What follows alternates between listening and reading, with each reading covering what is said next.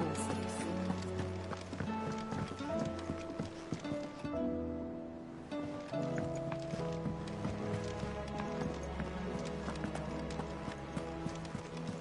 covered in nicks and lumps, the lot of them.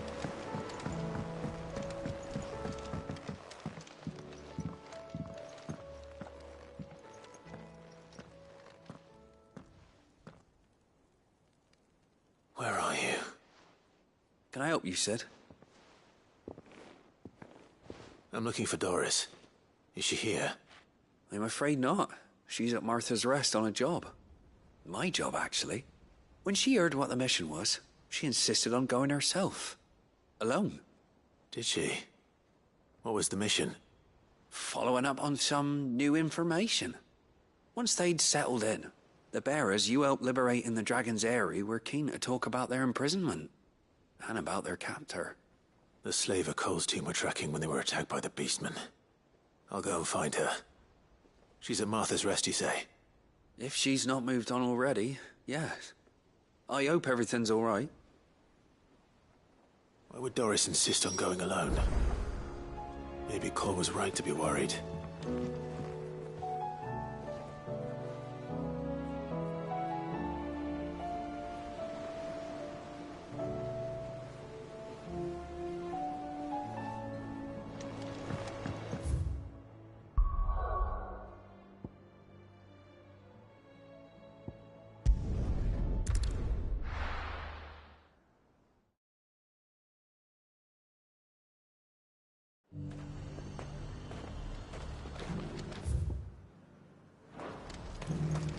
The Dominion's all but done for.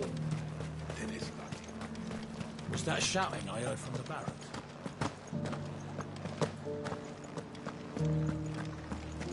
Do you think he was the only one who survived? Doesn't matter.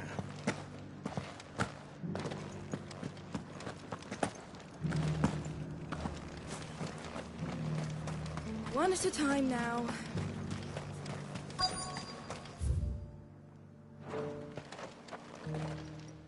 Halt! Oh, sorry about that. You're the dame's man, aren't you? You got some business with the captain? No, actually. With the Duke. I was hoping I might be able to speak with him. We're under orders not to let any civilians pass. But you should be all right. His Eminence has heard all about you and your heroics. Wait here. I'll go and ask.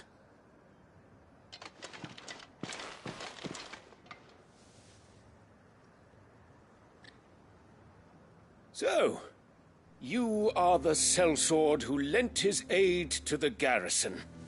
The Empire owes you a debt, and I shall see it repaid. But tell me, is it wealth that you seek, or favor? Neither, Your Eminence. I thought only to inquire about your plan to turn Northreach into a stronghold. Ah, I see. You are worried the expanded garrison will render your services redundant. Yet you needn't be. A proud fighting man like yourself shall always have a place here. Pride of place, in fact. For too long has the contribution of the noble soldier been under-reckoned. But no more. For it is they who shall see the Holy Empire rebuilt, beginning right here in Northreach. Why here, Your Eminence? The town has been fortunate enough to escape largely unscathed from the recent troubles. Her defenses are sound, and her garrison well prepared. Which is more than can be said for Oriflamme or Twinside. The Empire wants for a capital, and I believe Northreach to be the perfect place. With Caer Norvent as her citadel. Once we have seen to the refortification of both the town and the castle, we need only build a wall around both to create a city that would be the envy of the twins.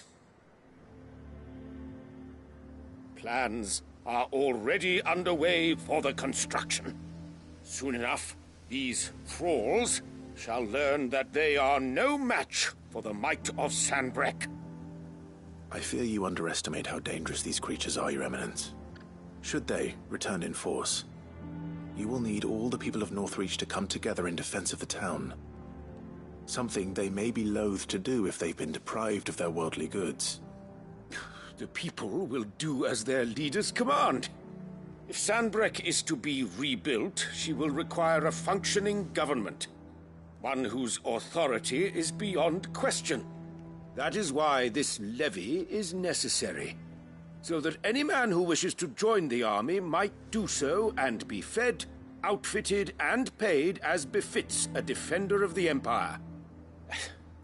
And yet there are those who persist in peddling the treasonous lie that I seek to steal from the people and drive them from their homes. I suspect they're afraid of losing what little they have left. Precisely. The common folk have little and less, and you mean to deprive them of even that. You would sow the seeds of your new empire in your own salted earth. Sabine, we have discussed this. Yes, and I told you then how putting the empire before her citizens would lead only to revolt.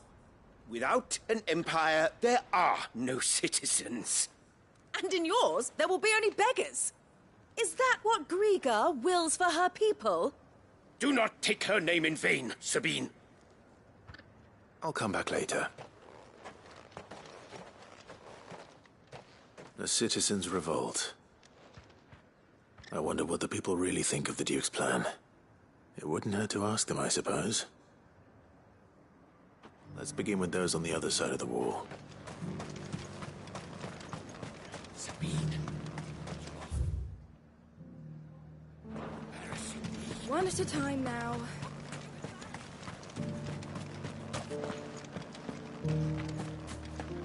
The Lord. Do you think he was the only one who survived?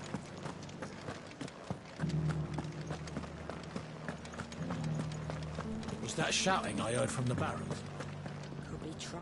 All right there. What is it you're after, sir? Just your opinion, actually. I wondered what you thought of the Duke of Oriflamme. Oh, him. Not much.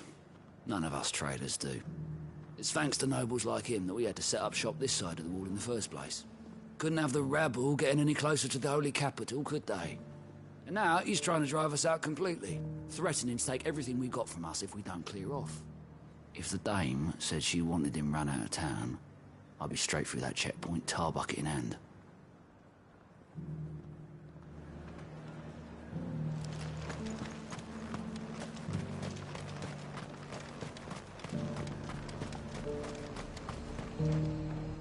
I've been hearing a lot. Going around acting with hardly a word to the dame. This is her town, not his. I take it you'd rather she was in charge. As far as I'm concerned, she still is. Just need his eminence to sod off back to Oriflamme.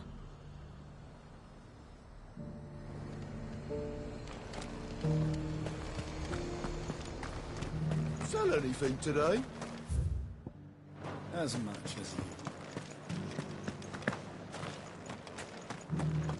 The garrison salvaged what they could. Look, what do you think of the Duke of Oriflamme? Don't get me started. You build a life for yourself somewhere, earning for some noble to turn up and tell you you've got to hand it all over to him. If he thinks his name and his chains give him the right to empty our purses, he's in for a rude awakening. We'll do whatever it takes to keep what's ours. Whatever it takes. Well, the people seem united enough. What about the soldiers? What do you think?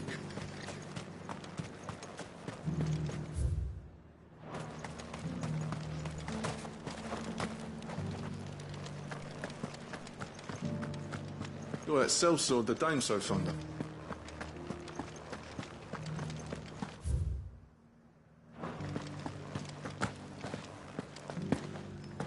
And you're just gonna fall into line? Excuse me, do you have a moment?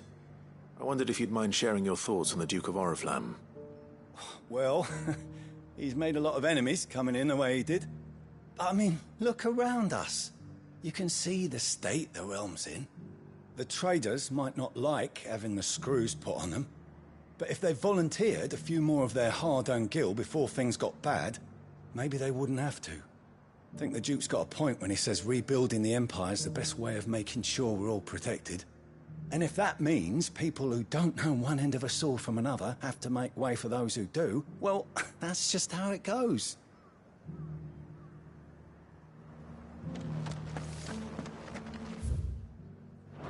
It's not only control of the garrison he wants. We already have a leader in the Dane. One at a time now. Is enough? You're the one who was talking to His Eminence. On the Dame's behalf, yes. I was trying to persuade him not to take the people's goodwill for granted, but it seems my words fell on deaf ears. What do you think of his plans? I'm a soldier, mate. He tells me what to do, not the other way round. Listen, I've got nothing but respect for the Dame, but I've got a family to look after. That's where my loyalties lie, not with the town or the Empire, but with my wife and children. If the Duke can get us the men and the equipment we need to fight off those blue-skinned bastards, I don't care how he does it.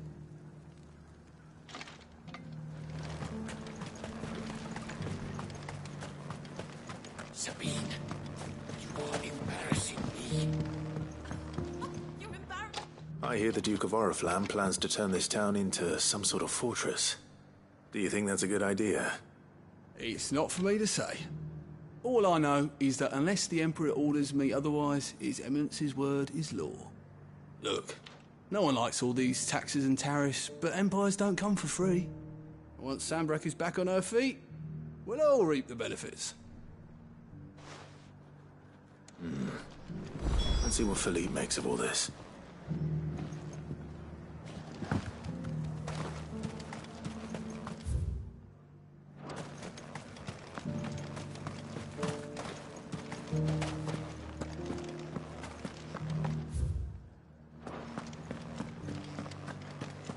Well, what do you think?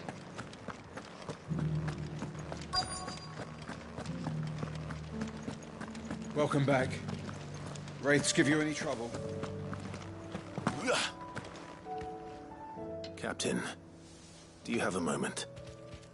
For you? Certainly. Clive, wasn't it? Thank you for last time. How can I help you? I wanted to ask you about the Duke of Oriflamme. Do you intend to go along with his plan? But to tell you the truth, I'm in two minds. It's my sworn duty as a captain of the Imperial Army to obey his orders. But I can't say I agree with him. Philippe, I remember you saying that you became a soldier to protect the people you loved. The Dame included. That's right, I did. Well, she doesn't agree with the Duke's orders either. She thinks they could tear Northreach apart.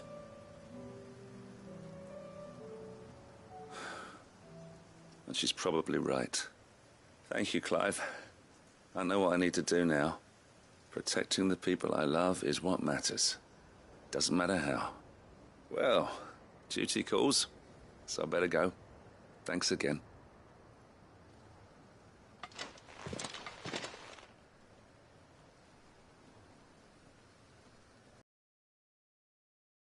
Right thing I expect Isabel will be pleased to hear that, if nothing else.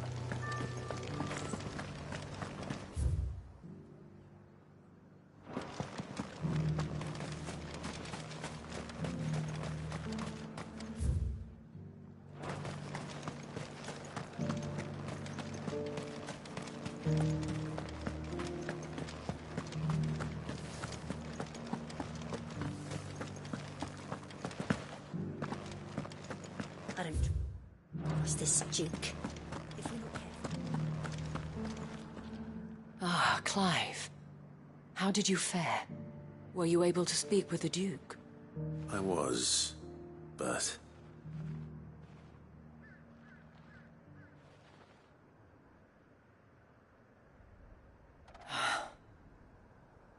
So Northreach is to be a fortress after all. Well, it will certainly help to hold back the thralls. There's no denying that. Though I doubt it will come as much consolation to the townspeople whose worldly goods are confiscated to pay for it. They deserve to be heard, Clive. To have a say in this new empire the Duke means to build. Sadly, His Eminence values their obedience more than their opinions, and hopes to reassert the authority of the state.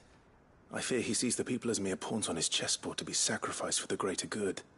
Needless to say, they themselves are of a different opinion, and would rather their destinies were in your hands. The soldiers, meanwhile, are content to follow their orders. And not just because of the Duke's rank, but because of his vision. I thought as much. Had I sworn to protect Sambrek, I dare say I too would want nothing more than to see it rise from the ashes. Thank you for trying. But the battle is lost. I don't know about that. What happened to your uniform? I handed it in, along with my resignation. Told the lads I wished them well, but that I owe it to those I love to call it a day. But why? Because I realized what really matters to me. Not following some nobleman's orders for the sake of it, but protecting what I care about. Protecting Northreach. I honestly don't know when those monsters will return, but I'm certain they're not finished with us yet. And when they do come back, we need to be ready for them. We need to stand together, all of us. And with you to lead us, milady, I reckon we can do it. It was you who finally convinced me, Clive. There's no point following orders if they go against everything you believe. Indeed. All of us, standing together. That has always been Northreach's best hope, and one which still lies within our grasp. We have only to turn our attentions to the true enemy. Thank you, Philippe, for showing me what I must do. Anything for you, milady. Speaking of standing together, would you mind if I borrowed a few of the lads from the Vale to help keep watch around the town? I fear His Eminence has loftier tasks in mind for the guard. Not at all. Be my guest. Wouldn't be the first time.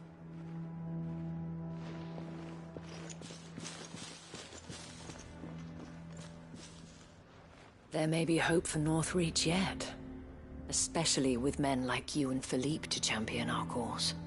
I, for my part, shall continue to work upon the Duke, in the stubborn belief that I might still tempt him into joining hands. But I suspect I shall have to call upon your aid again. Until then, Clive. Until then.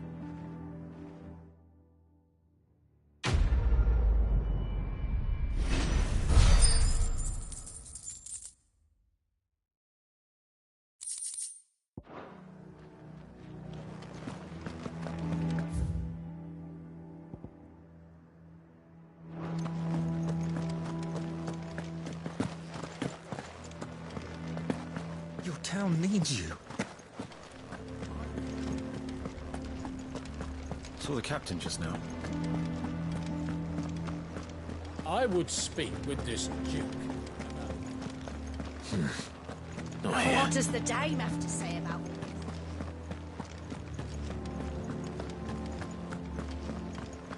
I swore to protect this town and the people I love. I don't need a uniform to do that.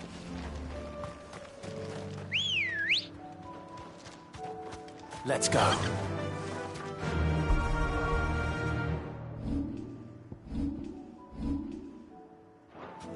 Run like the wind.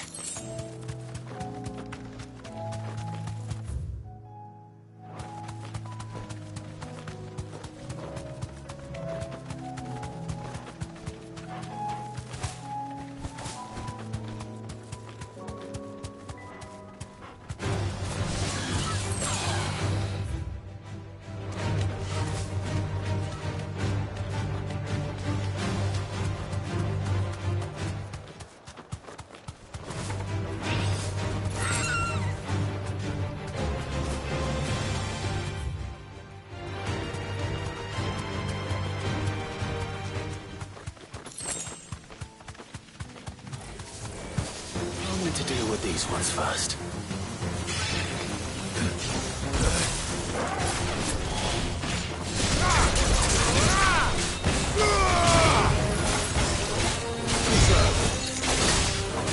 Titan!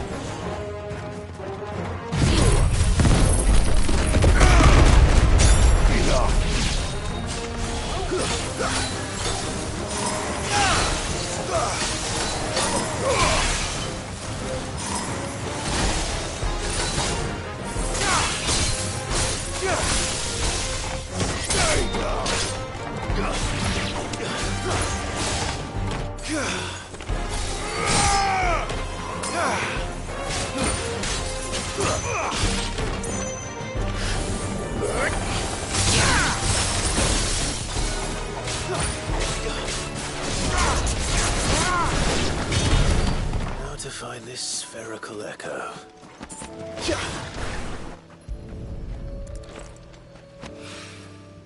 This is it. Right then. Just two more to find.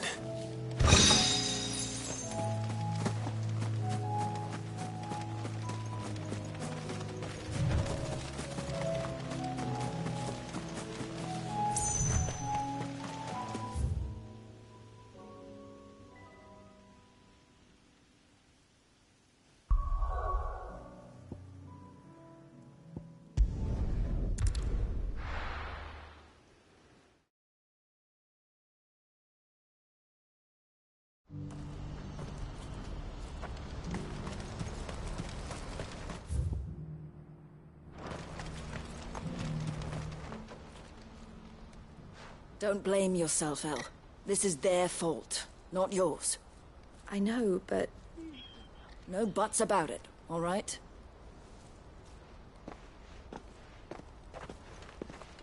Is something wrong? Vonnie came to give me a message from our intermediary. The talks with the Republican army have fallen through. They've reached an agreement with the Silver Peak Consortium instead. Though prices have fallen of late, we deliberately offered above the going rate to try and deter other bidders. But the Consortium offered double what we did, and the army jumped at the chance. You had no opportunity to make a counteroffer? None at all. And we were so close. Elle? What's happened? I saw Vonnie leaving. She didn't look happy. And with good reason.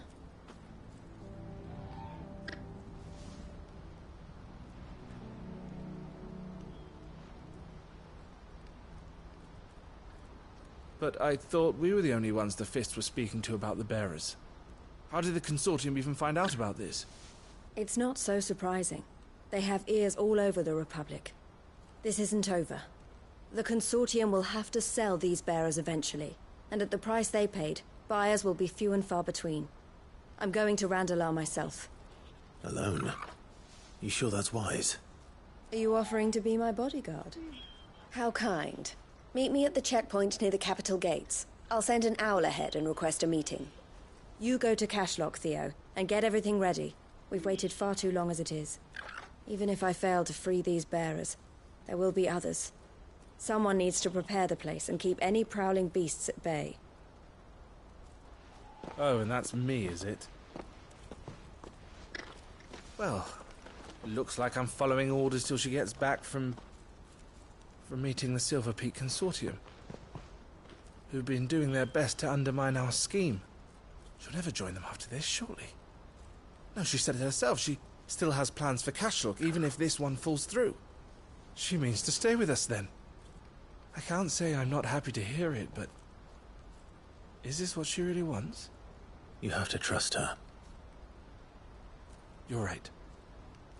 It's what she wants now. And if Elle's off fighting for the cause, I should do my part too. So I bid you farewell and safe travels, my friend.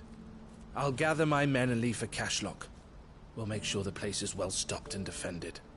You go to Randalar and see if you can stop my sister biting the Consortium's heads off. If she won't consider her prospects, someone has to. I'll do my best.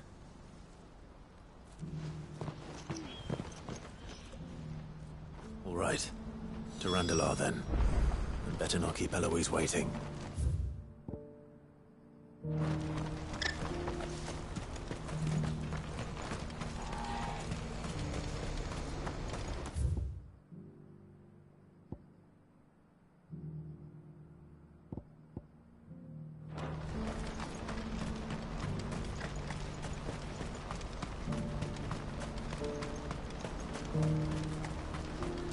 I wouldn't give for a hot.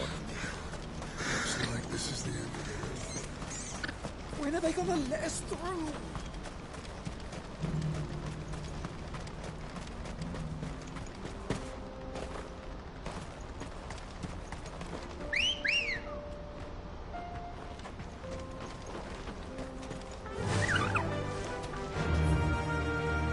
Fly, Ambrosia.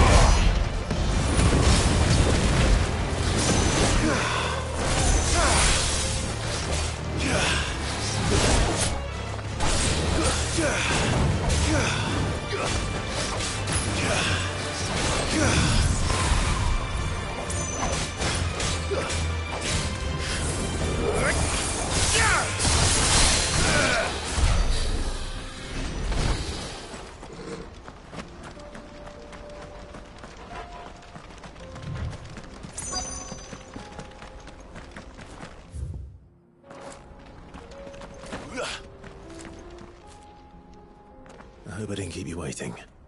Did you arrange to speak with the consortium? Here they are now. You wish to consult with me? I did. It's about the bearers you recently purchased from the Fist. We had all but finished making arrangements to buy them ourselves, and then you stepped into the fray. You misunderstand. The consortium had an interest in purchasing them from the very first. It was only our regard for you that kept us from bidding. But your hesitancy in accepting our offer to you suggested that the regard was not mutual. And so we resumed our business. I did not hesitate. I am simply not inclined to make such decisions without first giving them due consideration. But what is done is done. Come then. How much do you want for them? Alas, you are too late yet again.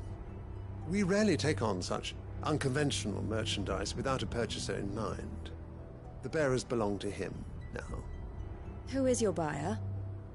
A trader from across the water. A most demanding fellow, if it's any consolation. He insisted the bearers be fed, dressed, even given their own bunks for the voyage over. That's what you get when you deal with continental types. I wouldn't know. Oh yes, the culture on the continent is quite different to ours. They pay good money for bearers not fit for the knacker's yard, and treat them like kings. But as long as they pay... That does sound unusual. No matter then. If they've already left our shores, there's little that can be done. Allow me to withdraw my interest. And with it, my interest in joining your organization. My associates will be sorry to hear that.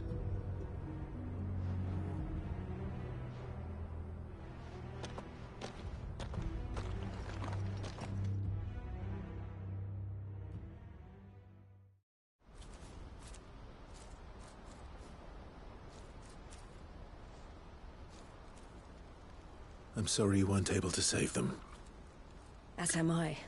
But I only have myself to blame. He was right, you see. The Silver Peak Consortium did intend to buy those bearers before I did. Their representative hinted at a possible purchase when he came to recruit me. I feigned interest in joining them in the hope he might be encouraged to tell me more, and he did just that. As soon as he left, I sent my own offer to Randalar. So you never... No. I entertained the Consortium's proposal solely so I could learn more about those bearers. But I was a fool to think they wouldn't find out. I knew exactly who I was dealing with. You tried. I did. And if what he said was true, the bearers are to be well treated. Which is something, at least. But they deserved more. I wanted so badly to see them freed. Eloise! Eloise! Word from Cashlock. The village is under attack. A pack of beasts have come down from the mountains, and there's a dragon at its head. Theo and the others are trying to hold them off as best they can, but the odds are against them. They need help, and fast. Theo! I'll go on ahead. Thank you, Clive. I'll gather some men and join you there. Just... make sure he's safe.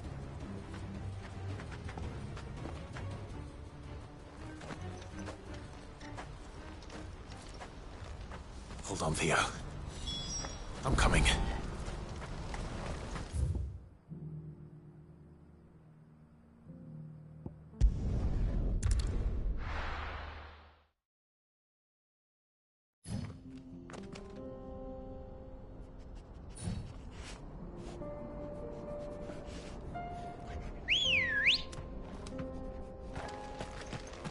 Let's go. Fly, Ambrosia.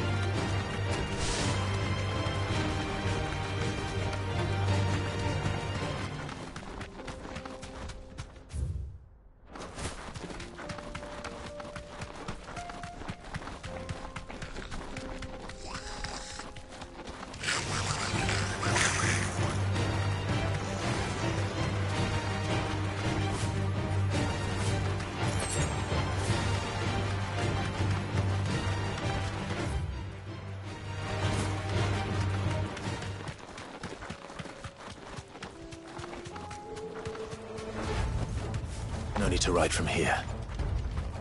What's the situation?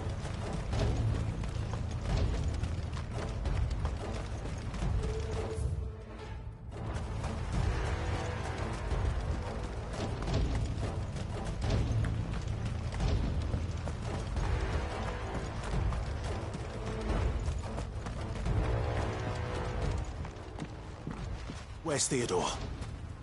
Upriver! He led the dragon that way to keep it from the village, but the whole area's flooded with ether. You just have to pray he makes it out in one piece. I can do better than that. Torgal, with me.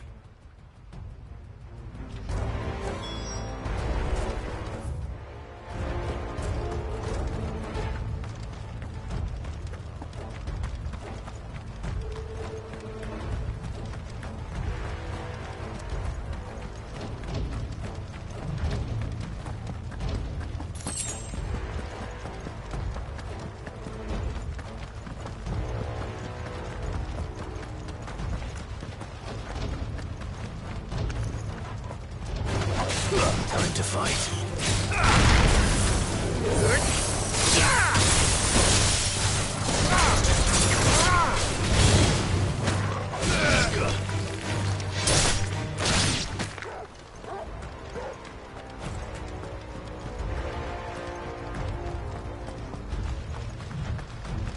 Where are you, Theo?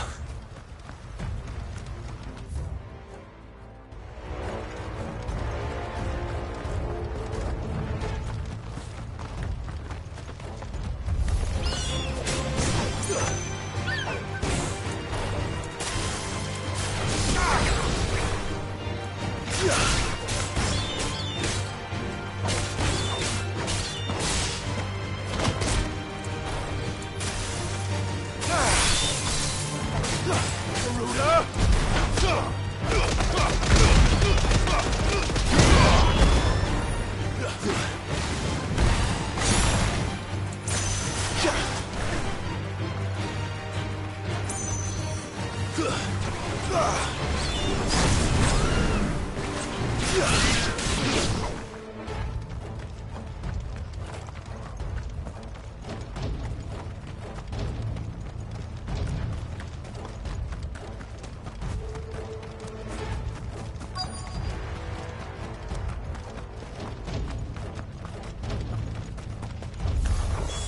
Damn it. The ether's too thick. These creatures have already turned.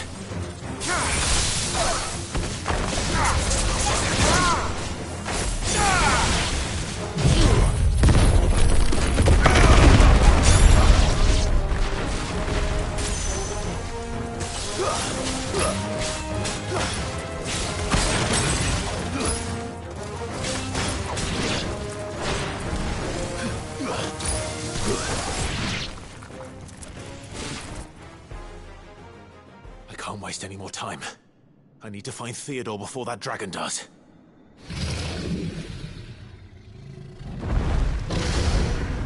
Looks like it's found me. This thing's turned as well. This isn't going to be easy.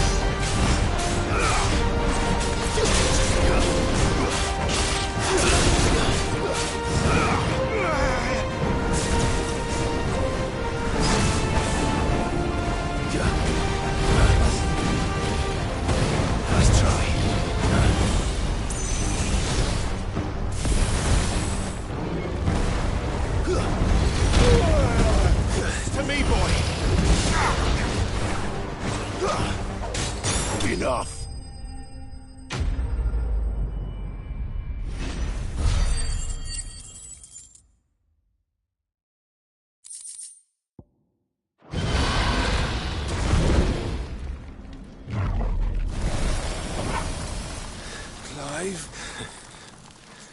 Theodore, you had me worried for...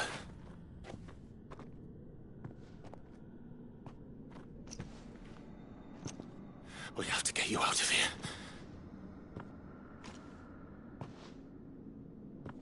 I think it might be a little too late for that. Bearer or no, there's only so much ether a man can take, and that Drake just wouldn't let me leave. You have my thanks, Sid, for finishing what I could not. For keeping Elle's dream. Theodore!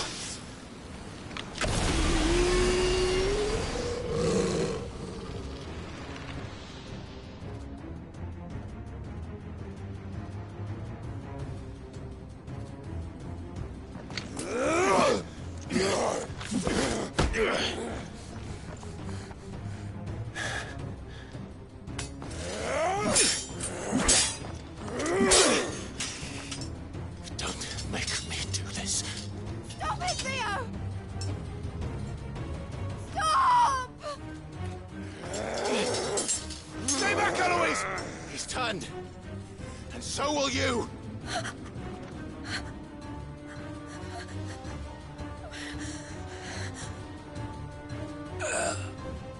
Elle.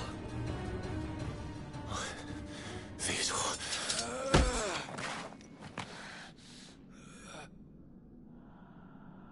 Take care of my sister. Theodore, wait.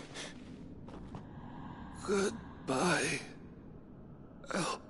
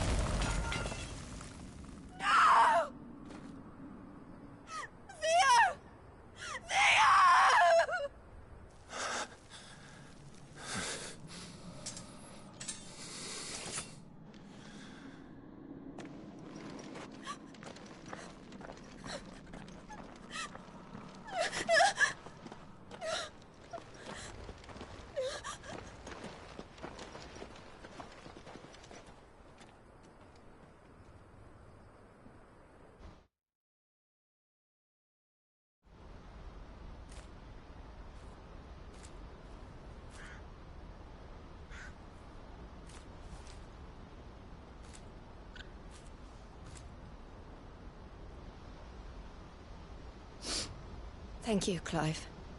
I think I'll be all right now. That was true bravery he showed. Leading the dragon away from the village like that. His first instinct was always to protect people. To put others' well-being before his own. And now he's gone. Because I sent him to that place, against his will. It wasn't against his will. He was ready to do whatever it took to show you he could stand on his own. So that you would finally be free to live your own life. To live my own life? He never could come to terms with the choice I made. What exactly happened? You once told me Theo was the first bearer you ever helped.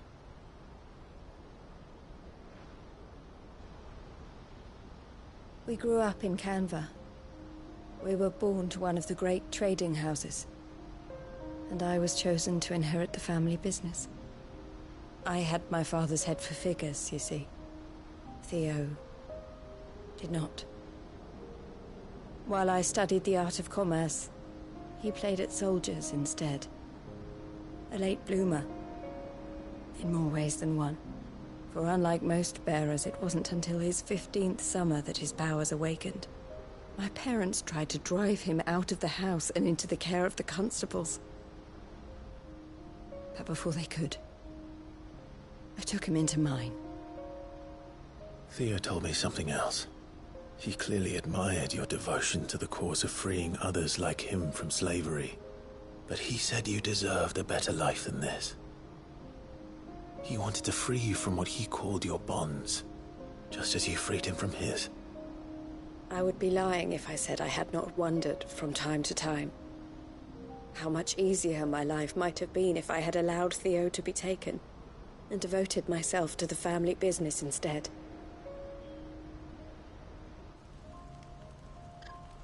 But I have never regretted the decision I made.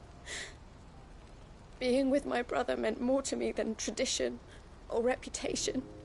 I only had to look at him to remind myself of that night and the choice I made and the fact that I would make the same choice again in a heartbeat.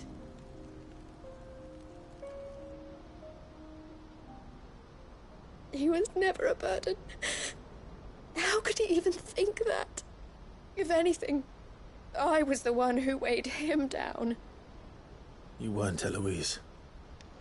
He said it himself, that he had always been grateful to you for saving him, and that he wanted to repay you by letting you live the life you were denied. Neither you nor Theo weighed each other down. You loved one another. You did whatever was necessary to continue living your lives together, and you always would have. You're right. All I ever wanted, all I ever did, it was so we could be together. Oh, Theo, why did you have to...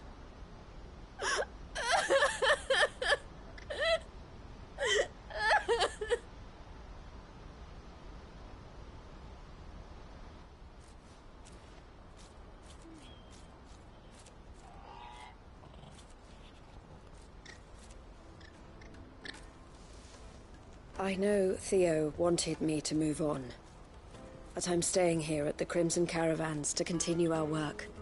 We can make a difference here. We can help people, save them. I need nothing more from life than that. So I'll carry on doing what we do, ensuring that goods, people, bearers get where they need to be, bringing smiles to people's faces just like we always have, and to Theo's. Wherever he is. This is the life I have chosen. The life I will always choose. I've made a choice of my own. To continue helping you however I can. Whenever you need it. Thank you, Clive. Let's go on together then. For Theodore.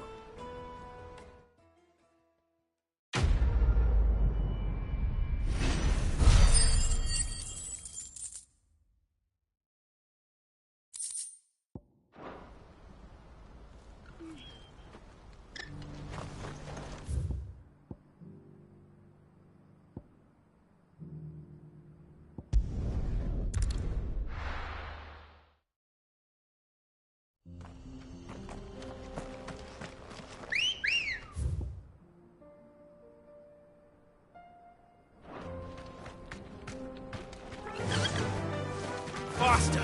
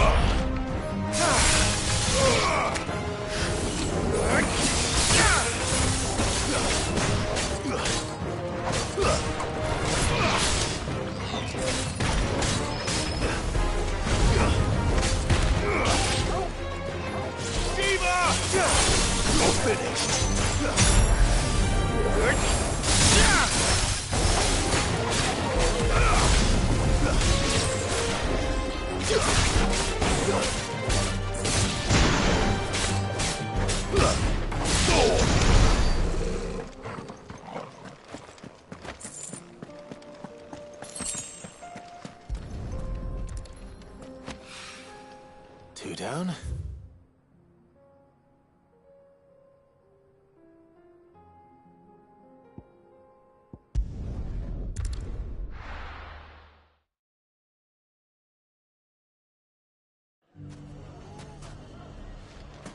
Everything's back the way it was.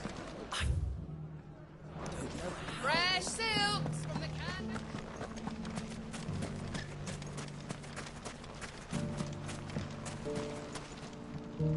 Still in Dalamil, Victor?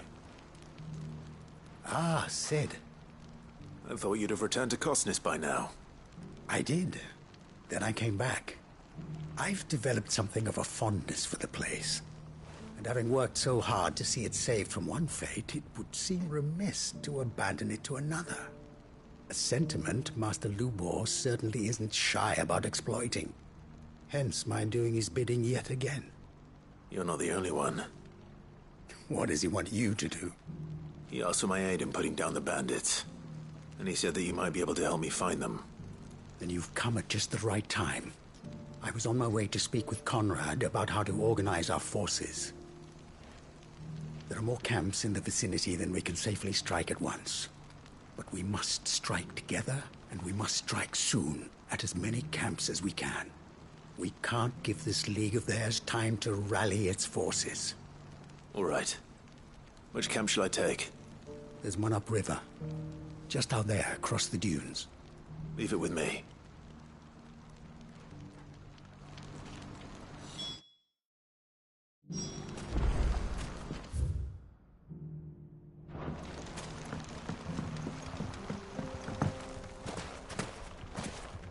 Those ne'er-do-wells want to band together. Let them. There'll be no match for us. Let's go. Run like the wind.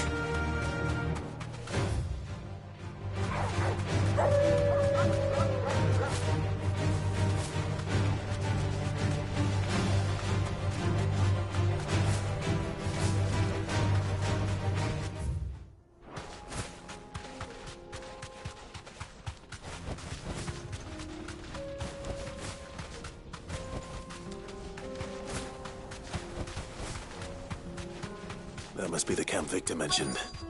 Come on then, Toggle.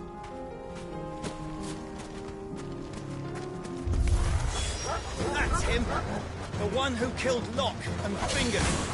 Take his head off!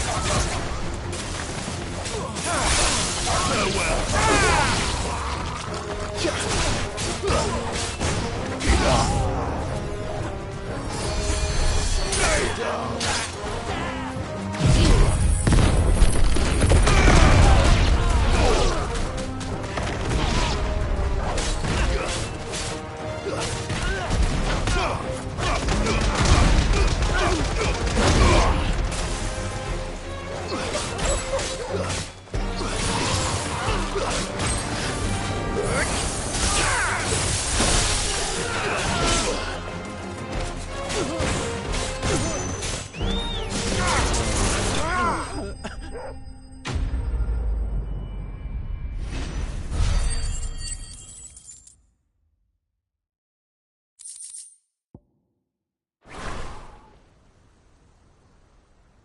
I'd better let Victor know.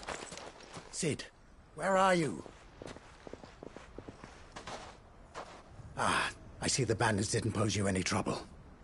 No, but that's not why you're here, is it? No. Something's happened. We need you back in Dalamil. What is it? The whole town's in uproar.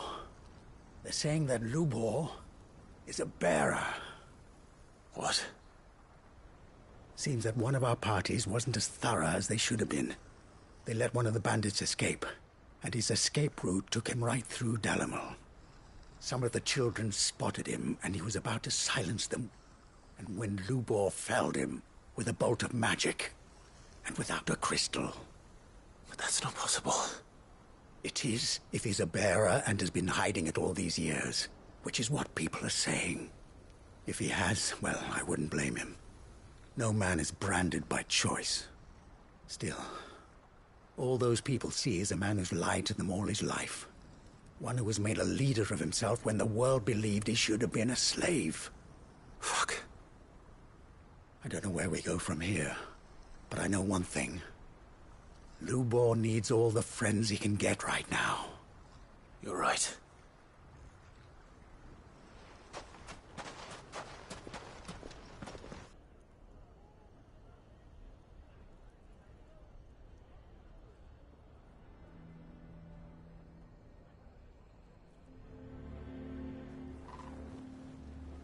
And now everyone knows.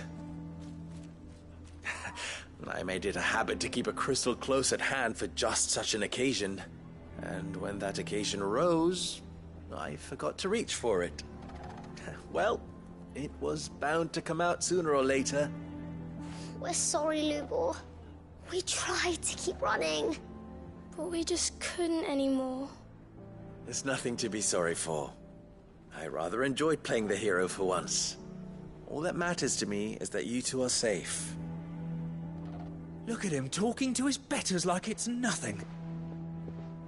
All lies, I'll wager. Just like the ones he fed us all these years. Once people make up their minds, it's hard to change them. We need to do something, and quickly. Convince the people not to let their prejudices blind them. Convince them that nothing has changed. That their enemy lies outside these walls, not within them. You're right. We should speak to everyone. I'm glad you agree. I'll handle the townsfolk. I'm a Dalmec born and bred. They listen to me. You head to the tavern. Make Conrad and Natalie remember who Lubor really is. They know that Lubor and I are friends. I might not make for the most impartial of interlocutors. Lord Underhill of Randalar's League of Merchants, however, is a trusted and impartial mediator of note. I'll do what I can.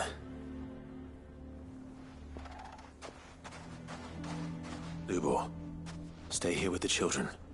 I can't promise anything, but we'll try. And that is all I can ask of you.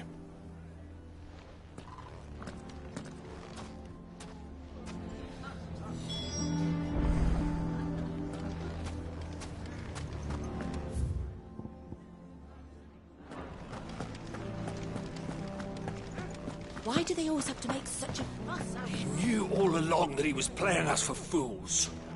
And forgive me for disturbing you, but could I have a moment of your time? I've seen your face before. as have I, Lord Underhill, wasn't it? Of the League of Merchants. That's right. I wanted to speak to you about Lubor. The rumors that he's a bearer. All true, I'm afraid. He'll never be mayor now. Not if I have anything to do with it. But what of his wares? Bearer or no, his steel is highly valued throughout the Republic.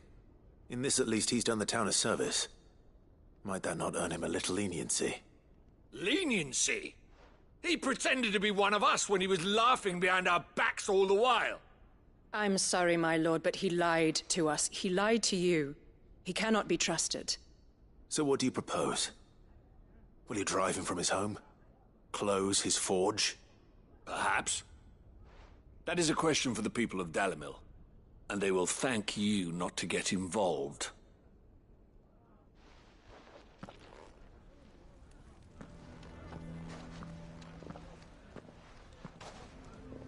The townsfolk have made their minds up.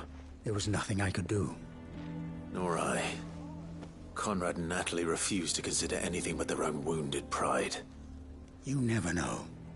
Once their anger is cooled, they might see things differently. For now, we should report back to Lubor. All right.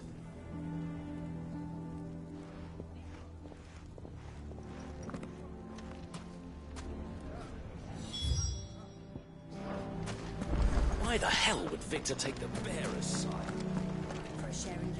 I assume the situation is hopeless? There's still hope.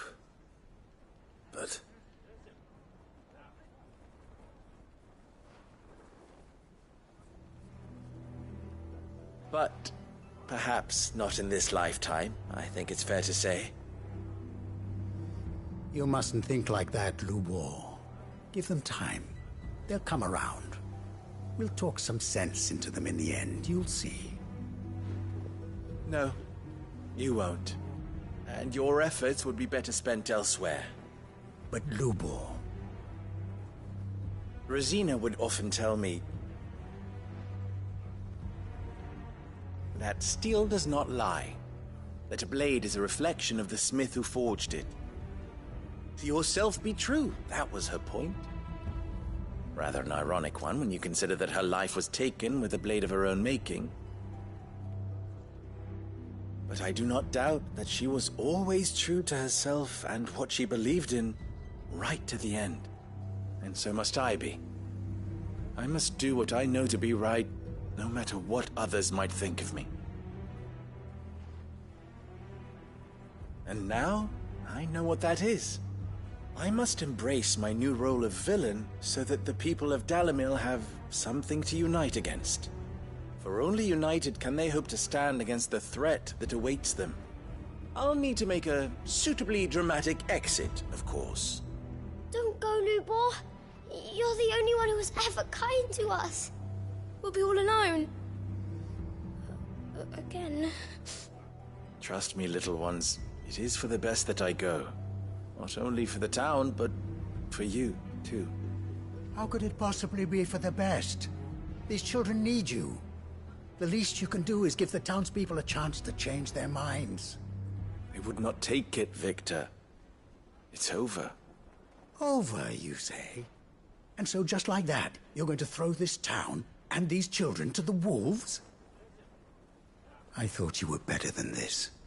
But it seems you had me fooled as well. Victor.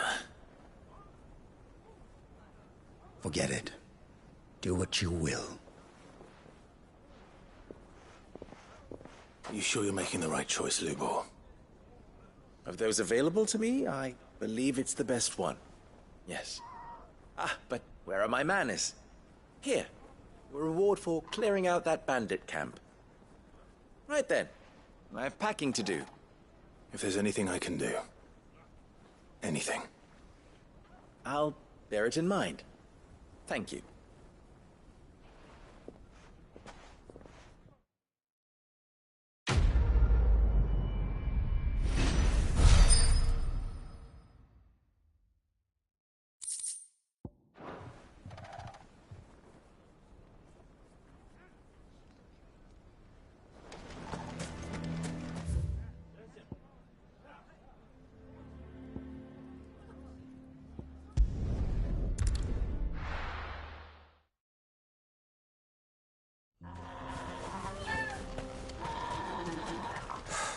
So Dravost is still standing. For now, at least. If you can swing a hammer. Would you like to see my wares? Certainly. Here you are. Thank you.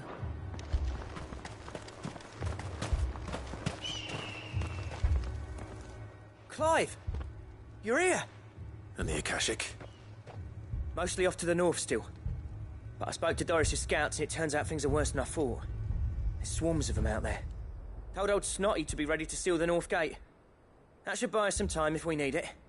Enough for the villagers to barricade themselves inside their homes at least. Well done. Welcome back, Sid. I'd never have guessed, you know. Not if August hadn't let slip. Who'd have thought that the savior of Dravost would turn out to be the realm's most infamous outlaw?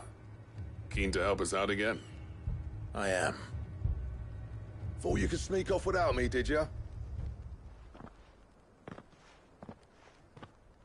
Blackthorn. Oh, what are you doing here? One of the scouts couldn't keep his voice down. Unlike my best mate who didn't think I deserved to know. Zoldan, how long's it been? Long enough for us two to turn into a pair of old codgers, I see. That your idea of an apology? Prick. Don't listen to him. You only did what you thought was best. For the village and that. I did, yeah. But that ain't the whole of it. Vulcan, our master, didn't leave the chiefdom to the two of us. He left it to me. The best blacksmith in Dravost, barring himself, of course. Bloody stupid tradition, in my opinion. If someone's got talent, you should let them practice their craft, not ask them to settle petty feuds and barter for grain. Our master wasted half his life that way. I wasn't about to let that happen to me. So you wasted half of mine instead. You're what Dravost needed. Under me and my precious ideals, this place wouldn't have lasted a year. So I left to devote myself to the work and spare you lot the consequences. I may be a selfish prick, but I only did what I felt I had to.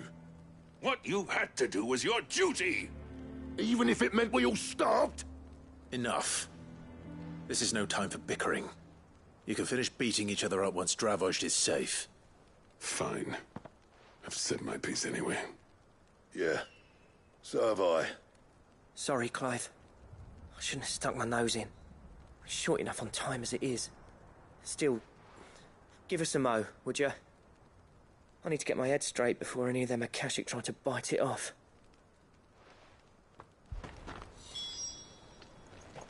You, ready for the off, then? We can't afford to waste any more time. Right you are. Might be worth having one last word with the scouts, though. Don't want any nasty surprises, do we? Oh, and Blackthorn, you and Zoltan might be better off staying inside the... Akashic on the move. How close are they? Within sight of the walls, and there are more coming up from the mines. What was I saying about nasty surprises?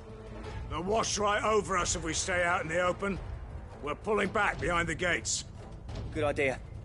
Get yourselves inside, but keep your weapons handy. Understood.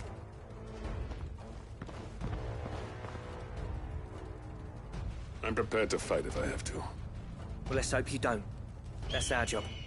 Once the scouts are inside, order your men to barricade the gates. No heroic last stands, you hear me? No fighting at all if you can help it. August's right. I've seen what Akashic beasts can do to armor. The people here are tough and willing, but they ain't equipped to face what's coming. I'm going out there. Start work on the gate as soon as I've left. I'll give you as much time as I can. And if they kill you? You evacuate. But it won't come to that. I promise. You'd better be right. Take good care of Dravost till I get back. Leave it to me. And give those things what for, yeah?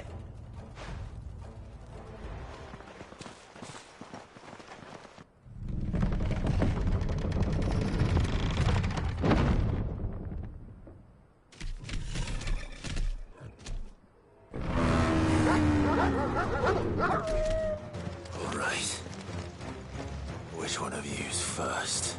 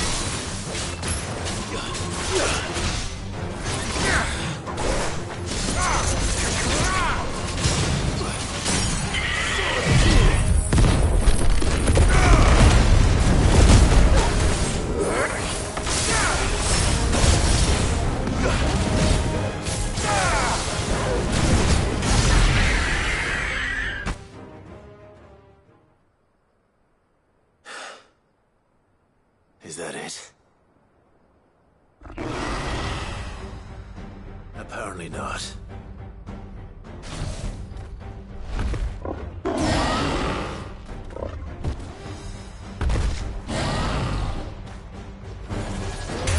You're not getting past me.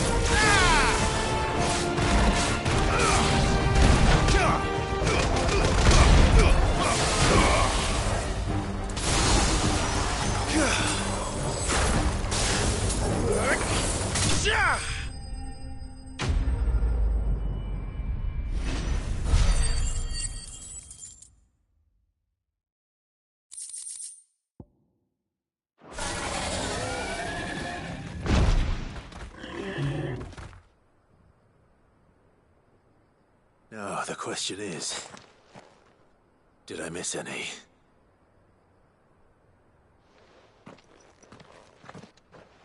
Man alive! You're still in one piece! I slew as many as I could. As many as I could, he says. The old bleeding lot, more like it. Well, almost. Only almost. Yeah, one or two did try to sneak over the wall. But we got the bastards, don't you worry. Good. Though you do know, more will come in time. In time, yeah. But we can think about them later. Let's get you back inside.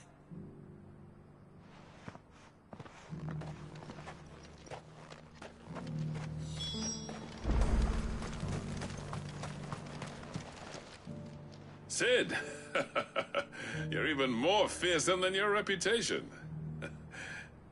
Enough to give those Akashic monsters nightmares. I almost felt sorry for the wretched things. But mostly, I felt grateful. Dravost won't forget what you did today. I'm afraid I've only delayed the inevitable. There's no getting rid of that ether flood. Meaning that any living thing which stumbles into those mines will end up clawing at your walls again. And that's if the flood don't spread. If it does, well, I hate to say it, but the village's days are numbered. That may be, but we're staying just the same. With ether floods springing up all over, it's no less safe than anywhere, and more importantly, it's our home. We'll fortify the gates to the north, and I'll see that they're guarded day and night. All right. Then we'll give you a hand shoring up those defenses. As for you, Blackthorn, that's twice you've turned up when Dravosh needed you. So, thanks. I shouldn't have stayed away so long. And I shouldn't have left without talking it over with you first. Too bloody right you shouldn't. Though I doubt I'd have listened. I always envied you. How you made everything look so easy when, for me, it was anything but. You leaving gave me the perfect excuse to hate you. And from that day on, I never once stopped to wonder what it would have been like if you'd stayed.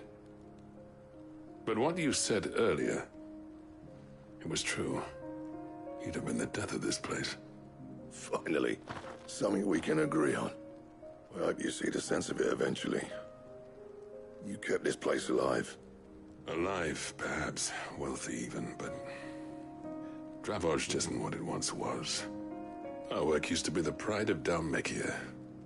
Now, we churn out the same rubbish day after day because it's easy and turns a profit. It's not about the craft anymore. I wouldn't send my sons to war wearing the shit most of our smiths are making. I've kept working, honing my skills, trying to lead by example, but no one sees the point. The average castle apprentice has as much passion for the craft as our current lot. Come back to us, Blackthorn. Remind Dravosh what a true master blacksmith looks like.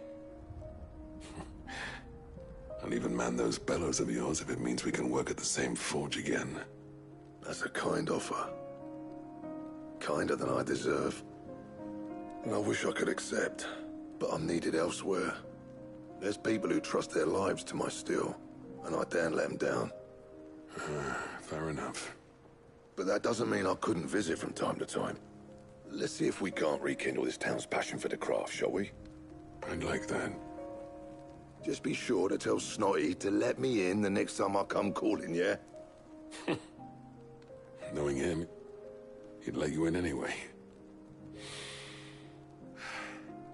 Blackthorn. The Master Smith turned outlaw, back in my good graces. I never thought I'd see the day.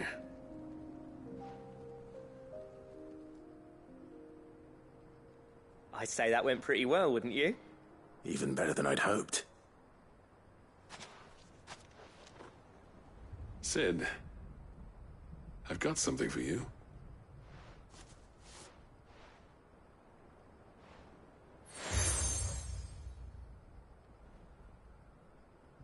And this is?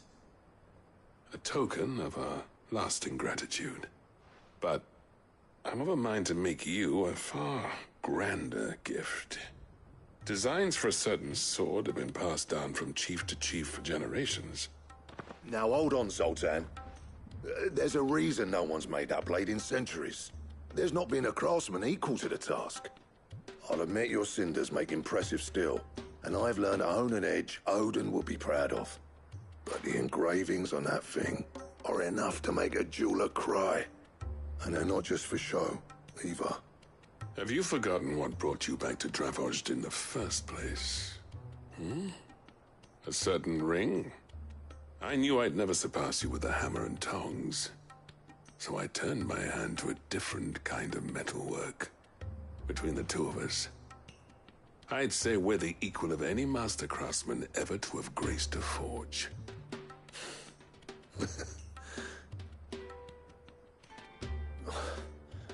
You know what? I think you might be right. Clive, you wouldn't mind if Zoltan came back to the hideaway, would you? He's more than welcome, as long as he can keep our secret. Right. Zoltan, get your tools. We've got a legend to forge.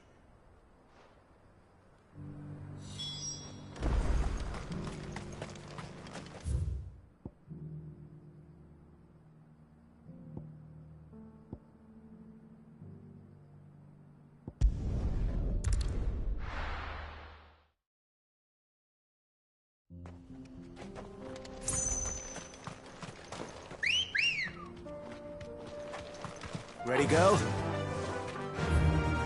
Yeah!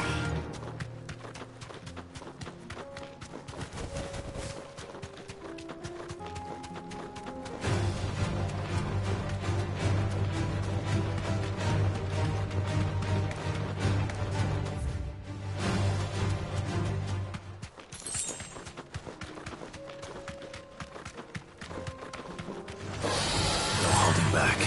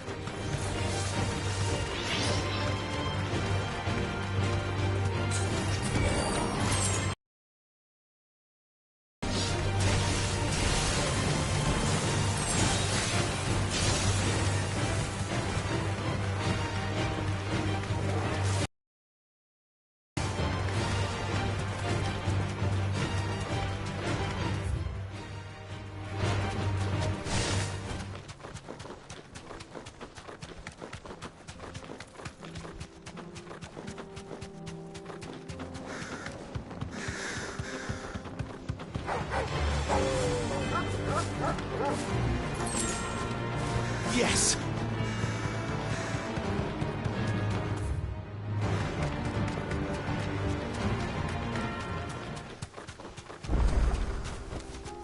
Be safe.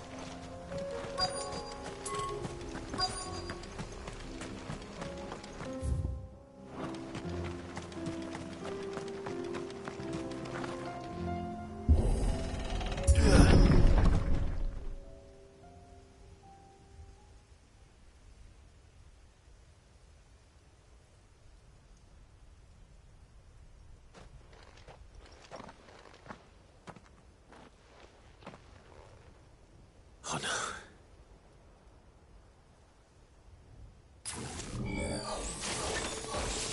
You'll pay for this. There may still be survivors.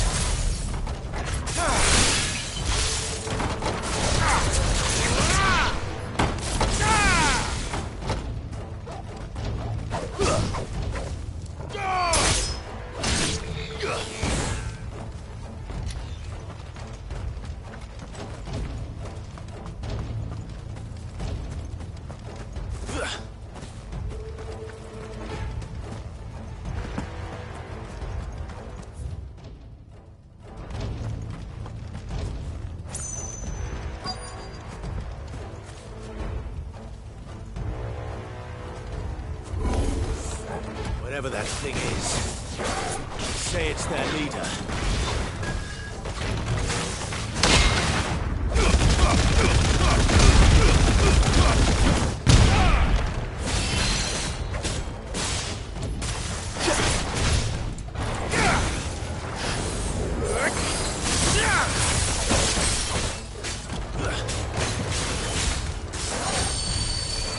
Titan!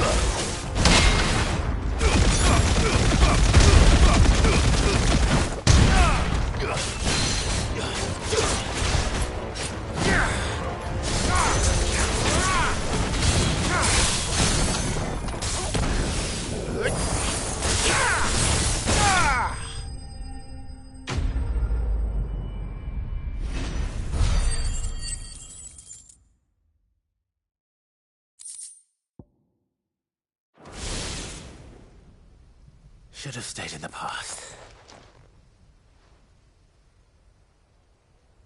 These must be Cyril's colleagues. You have our thanks, stranger. Who are you? Ah, forgive me, my lord. I did not recognize you. You are Lord Rosfield, are you not? We are archaeologians, tasked with surveying this site. When the echoes appeared, our brothers here occupied their attentions. Thanks to them, and to you, we were, for a mercy, able to see our duty to its conclusion. You call that a mercy? Your brothers might still be alive if you put their safety before your duty. Surely this survey wasn't worth dying for. We are charged with uncovering Ultima's origins. A duty of the highest import, as I'm sure you will agree. And you think your dead brothers would agree with you too? I know they would. They gave their lives for the cause, an honor to which all Undying aspire. Now, to what do we owe the honor of your presence, Lord Marquis? Cyril told me of your work here, and I agreed to collect your findings in his stead. I see. That is most kind. Pray, take them then, with our humble thanks. May the Firebird's flame burn ever in your heart, as it does in ours.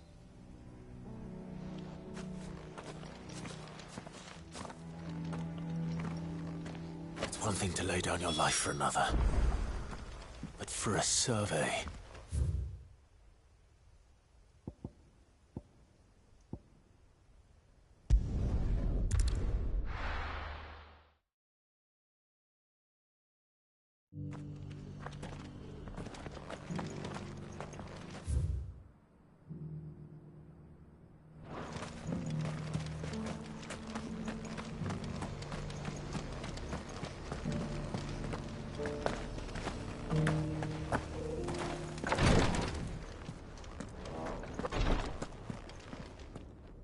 Ah, you are returned, my lord.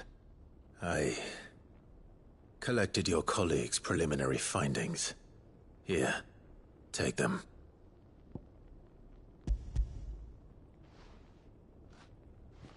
My thanks.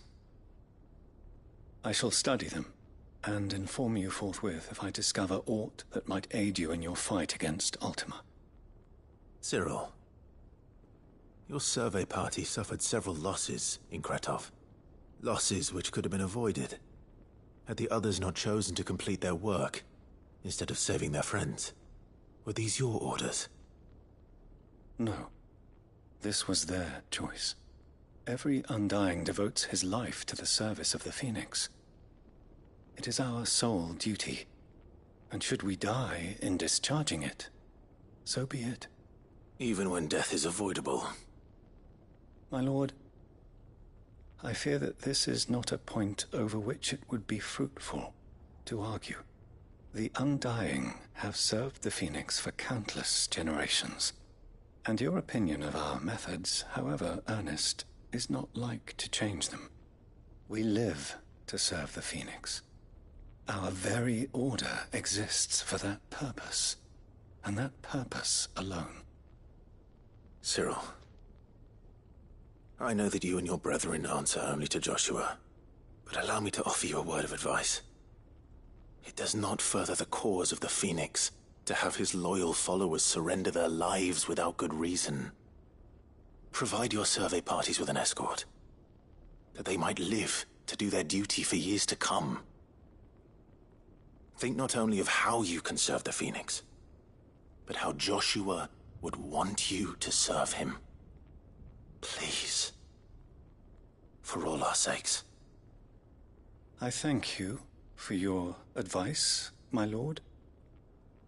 If you will permit me to respond, our faith in his grace, Joshua Rosfield, is absolute. And we of the Undying will do what we believe is right to fulfill our duty unto him. As first shield to the Phoenix, I am sure you understand what it means to do one's duty. I do. Then we are of the same mind. And it is my hope that we may continue to do our duty together.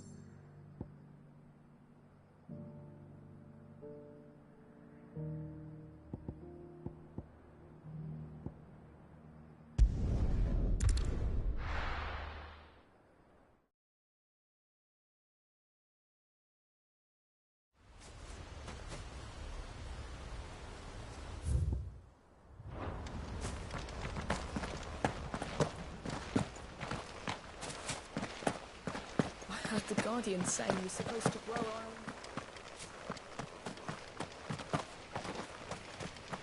What brings you to Eastpool?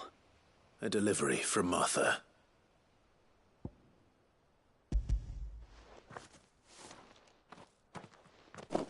These are Gizal green seeds. Martha's keen to cut the apron strings, then, is she? I jest, of course. You see, I had thought we might be able to revive the old wheat fields, but they'd long since gone to seed, only without the seeds. Martha was hoping you might be able to show the bearers how to plant and tend these, so that they'll be able to fend for themselves. That's not a bad idea. These bearers had only recently escaped their bonds before we brought them here. They know little of freedom, of providing for themselves and their loved ones. Unless we teach them how to live like free men, I fear that all we have achieved in bringing them here is to exchange one master for another. Not that myself and the Guardians have been the best example to them so far, subsisting almost entirely on Martha's charity as we do. It's about time we all started to provide for ourselves, bearers and Guardians alike. Unfortunately, we've been a little too busy of late to focus on much besides bolstering our defenses. There have been alarming reports of... The Horde is closing in. They're coming, so wait, all of them. Damn it all, I thought we'd have more time. Gather the men in the square. Send to the rest for reinforcements. Yes, Sir Wade. The Horde. A Kashek, a veritable legion of them. They've been seen prowling around the northern reaches for a while now. We don't have the numbers to hold back a swarm that size. I had hoped to build a perimeter wall so that myself and the Guardians might be able to defend the village, but... Now you're out of time. Precisely. If reinforcements from the rest arrive before they do, we may just scrape through, but I fear that's rather an enormous if. What if you could call on reinforcements from Eastpool? You mean the bearers? We brought them here so they might live, not die, fighting for their lives. So wait. You said you lacked men to defend the village. Are the bearers not men? Do they not wish to see Eastpool saved? Though they may not be trained soldiers like your Guardians. What help they are able to offer could still prove the difference between victory and defeat. You're right, my lord. I will appeal to them.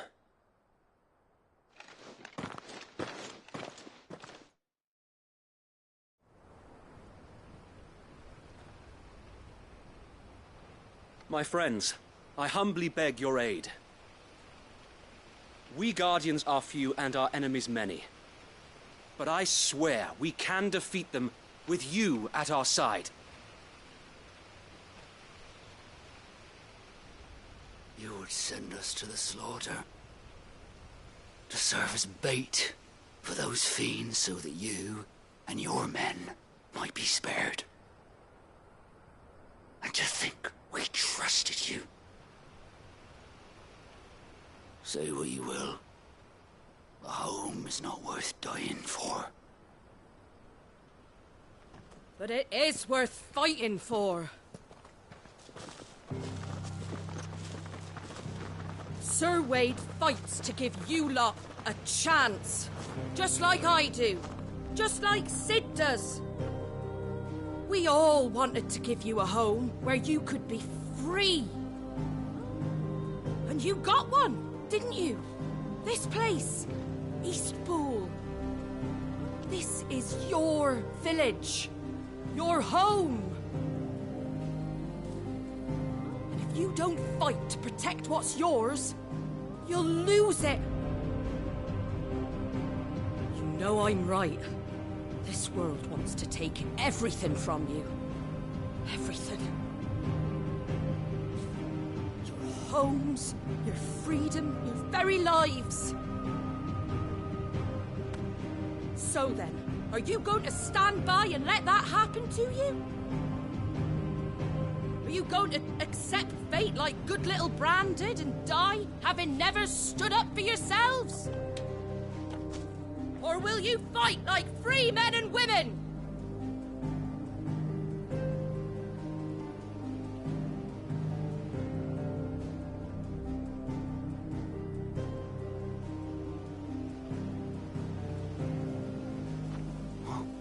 What are you doing? All right. Give me a sword. I never dreamt I'd have a home of my own. And now that I have, I don't want to lose it. I will protect what's mine, or die trying.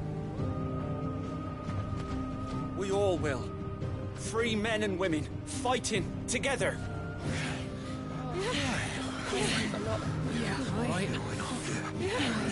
For Eastpool!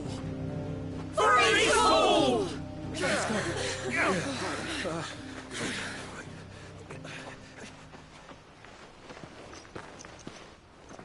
Thank you, Martha. Don't mention it. Just promise me one thing. That you'll show them how freeborn fight. Gladly.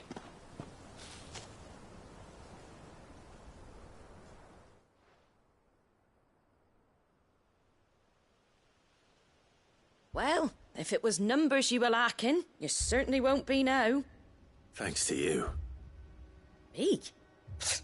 Oh, I just love the sound of my own voice. Lord Rossfield, my lady, we're ready. So what's the plan of action? We'll divide our forces into several small detachments, each made up of guardians, bearers, and guards from the rest.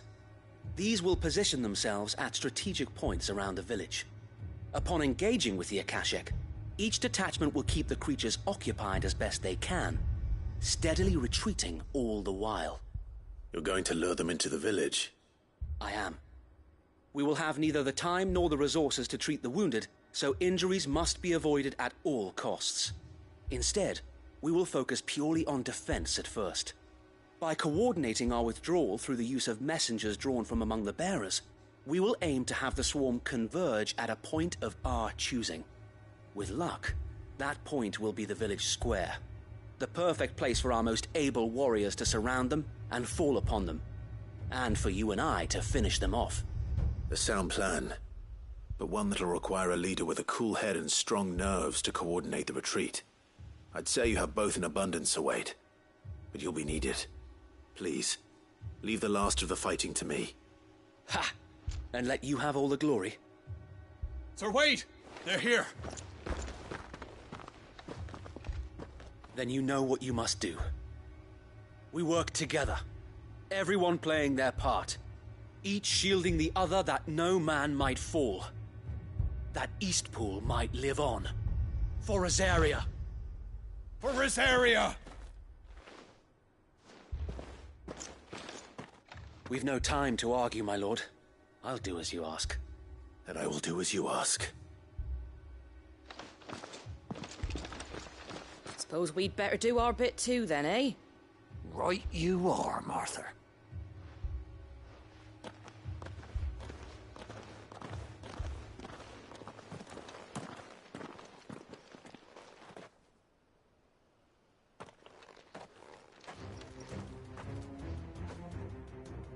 The calm before the storm.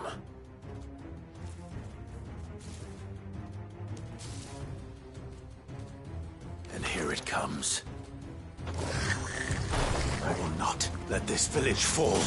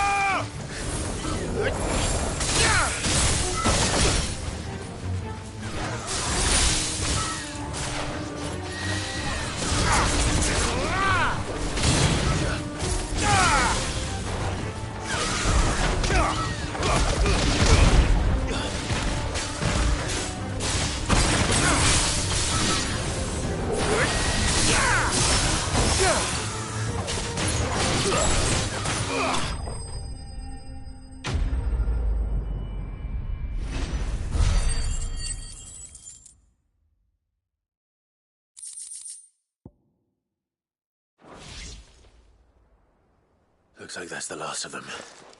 Lord Rossfield! Change of plan! What is it? Owl from the rest. An Akashic Curl's been sighted on Rhiannon's ride and is headed in their direction.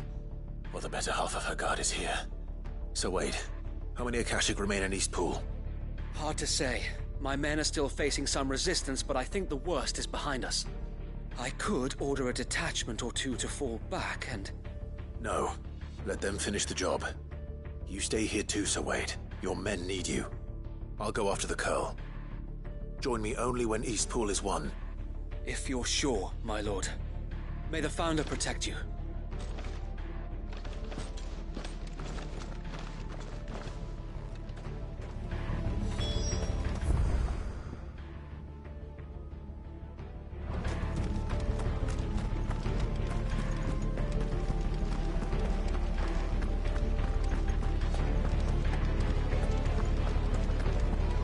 Next one's mine.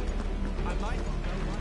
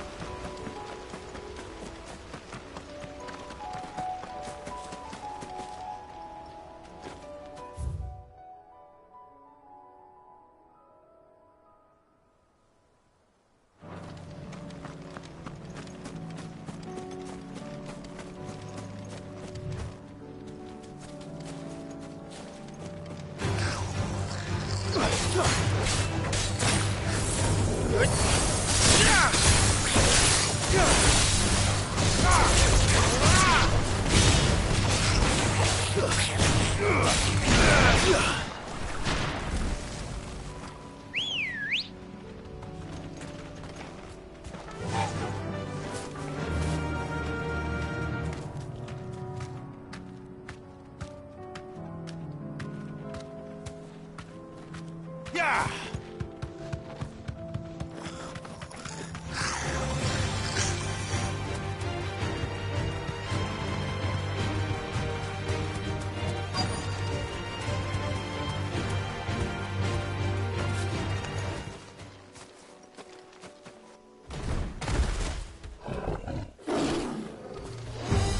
There it is.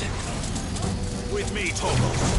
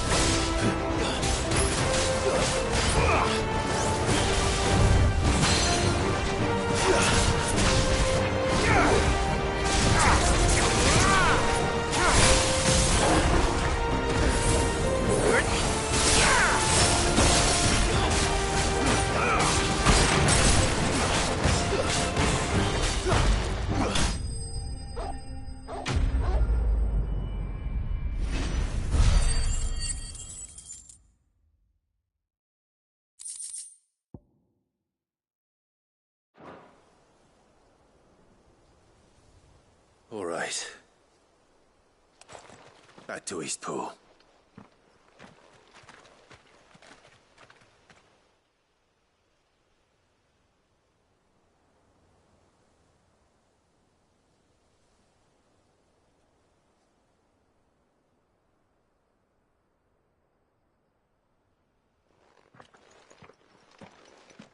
Lord Rossfield, the Curl, is it? It's dead. Thank the Founder for that. And for you, my lord. We were able to eradicate the rest of the Horde.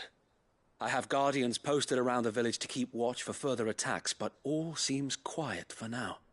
I hesitate to say it, but I think it might be over. I think it might.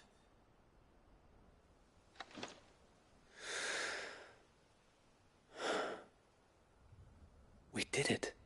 We saved Eastpool. Thank you, my friends. Thank you.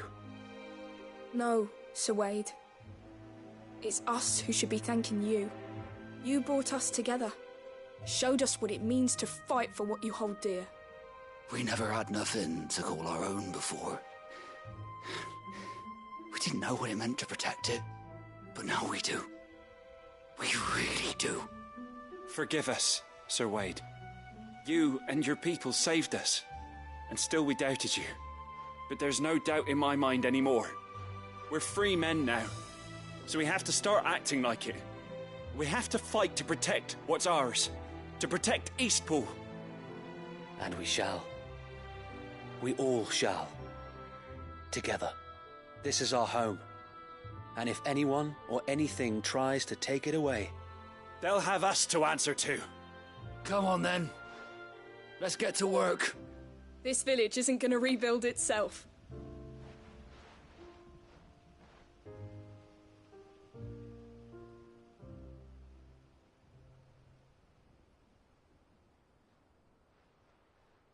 They're not slaves anymore. No. They're Rosarians. Your father took pity on the bearer's plight, and I believe if he was still with us today, this is what he would have wanted. I believe you might be right. I shall remain here, my lord, and do what I can to help rebuild the village. After all, this is my home now too, and I could hardly call myself an Eastpoolian if I didn't pull my weight. I think you'll find it's Eastpudlian, Sir Wade. But you should be proud all the same. I'll have to pull my weight too. Can't have the rest getting outclassed. Speaking of which, I ought to be getting back. Can we continue to count on your support, Martha? Of course, and I'd be counting on yours too. Us Rosarians have got to stick together, haven't we? Indeed we have. And Clive, come by the Golden Stables when you get the chance. I ain't paid you for delivering them seeds yet. All right. I will.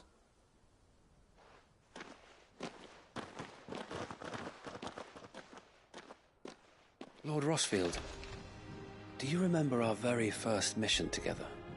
Clearing the goblins from the Stillwind marshes? How could I forget?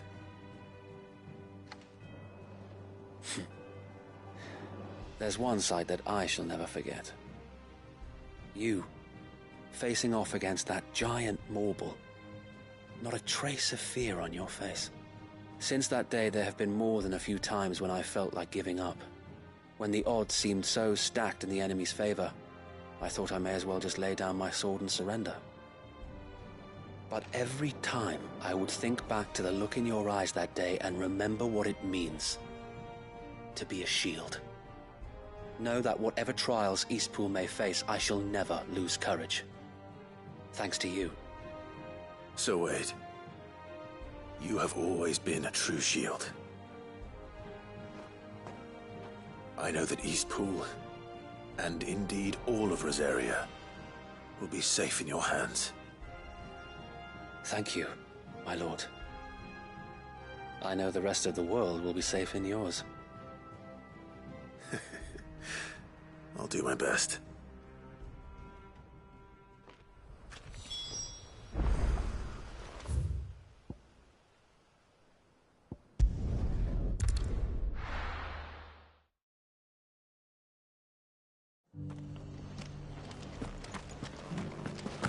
Doris should be somewhere nearby. Assuming she's still here.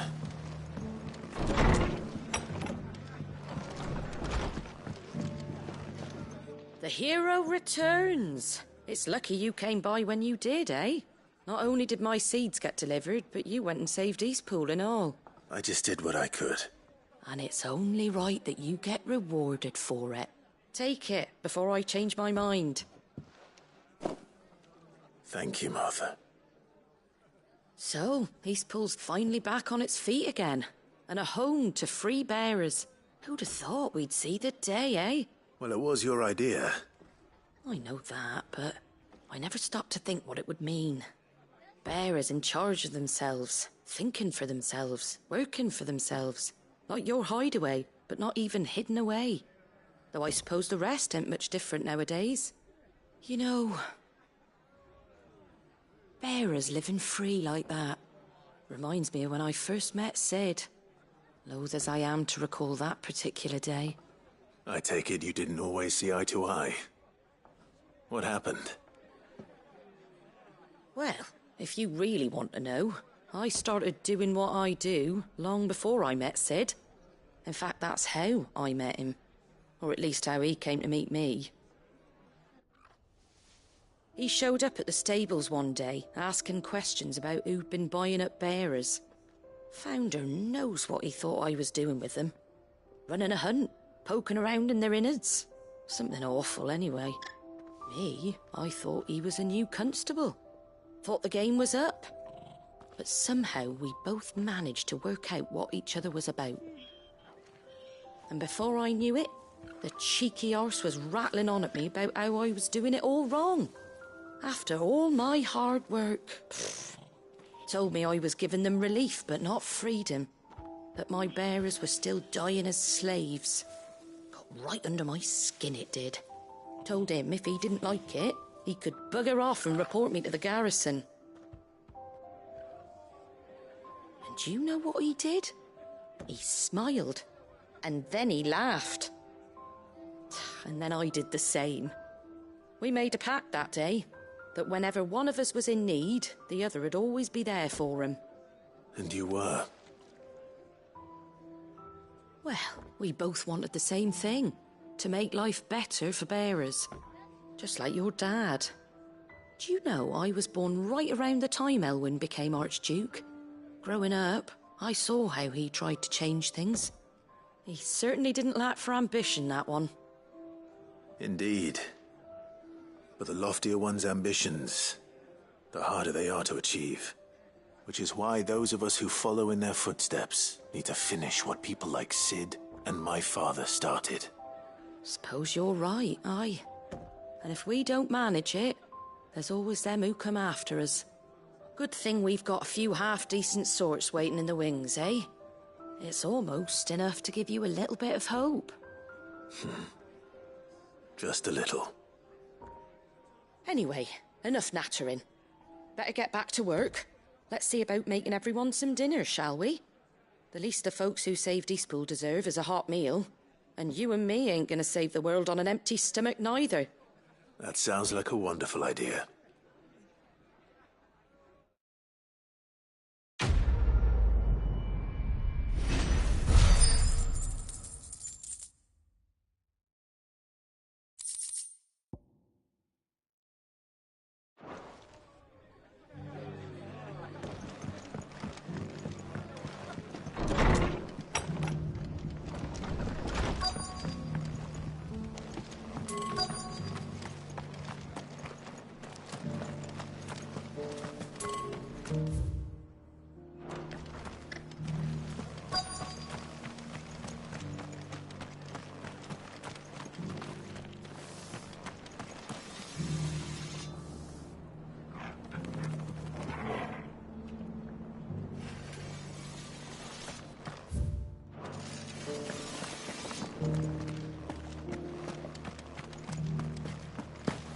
Doesn't still hurt, does it? It's been a pleasure, Doris. Just like old times. I'll give your offer some thought, my lady. How goes the investigation? Sid, what brings you to Martha's Rest? You. I heard you were out here on your own, tracking our slaver. I trust you're being careful. Of course. And it had to be me. The bearers from the Dragon's Eyrie confirmed a long-held suspicion of mine that the slaver we've been tracking is an old acquaintance. She's no fool. If we'd come in force, she would have spotted us straight away, and then vanished without a trace. That was her just now, wasn't it? So, was it a fruitful reunion? I'd say so. She tried to recruit me. Seems her time in Rosaria is coming to an end. She's abducted bearers from across the region and is looking to smuggle them back into Sambrek. After her brush with those beastmen on the road to Northreach, she hired herself an Imperial escort, which she wants me to join. She's dangerous, Sid, but I think I can stop her. Then I'm going with you. I'll take care of the escort. You can see the bearers to safety. Where are they? The Baum Archers, soon to break camp. You go on ahead. I'll follow once I've sent word back to the hideaway.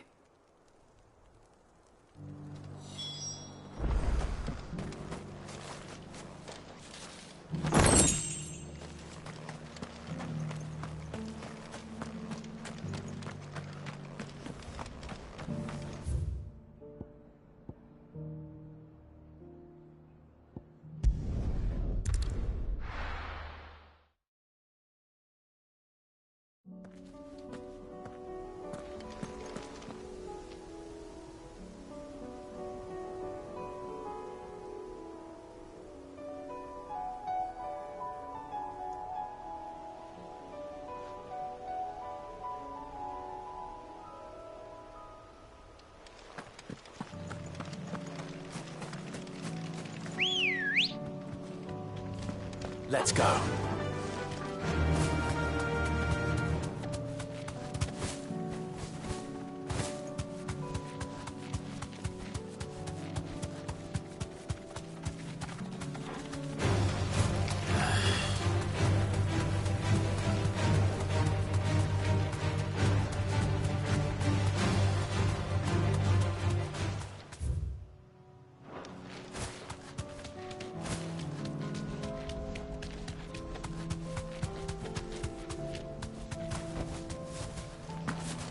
Here's the aqueduct. Now to find our stonewort. Yote mentioned blood red petals.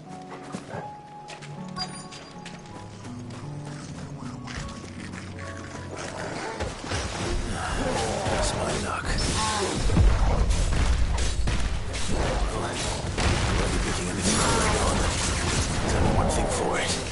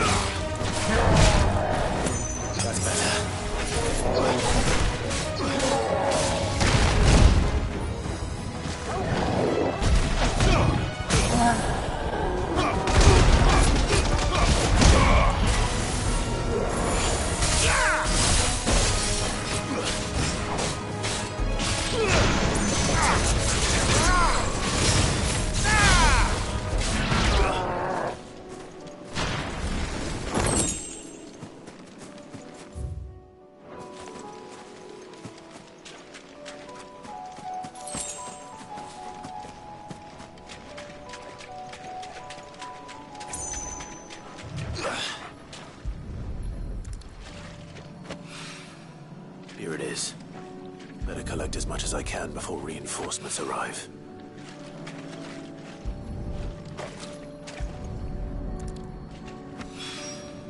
Right.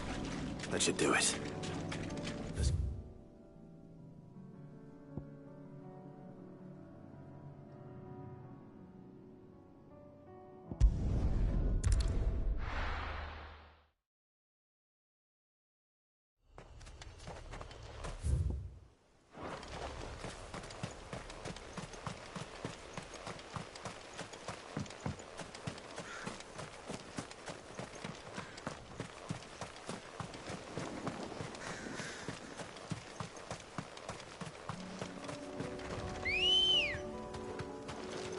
Let's go.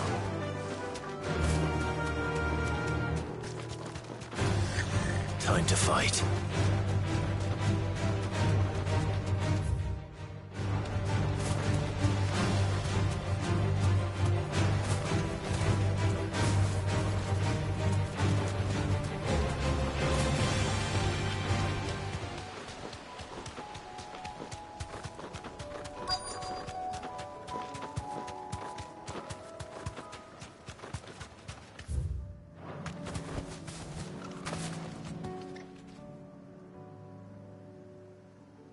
Good.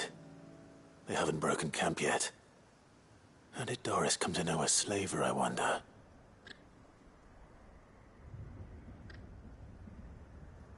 We've waited long enough. She's not coming. Ready the bearers.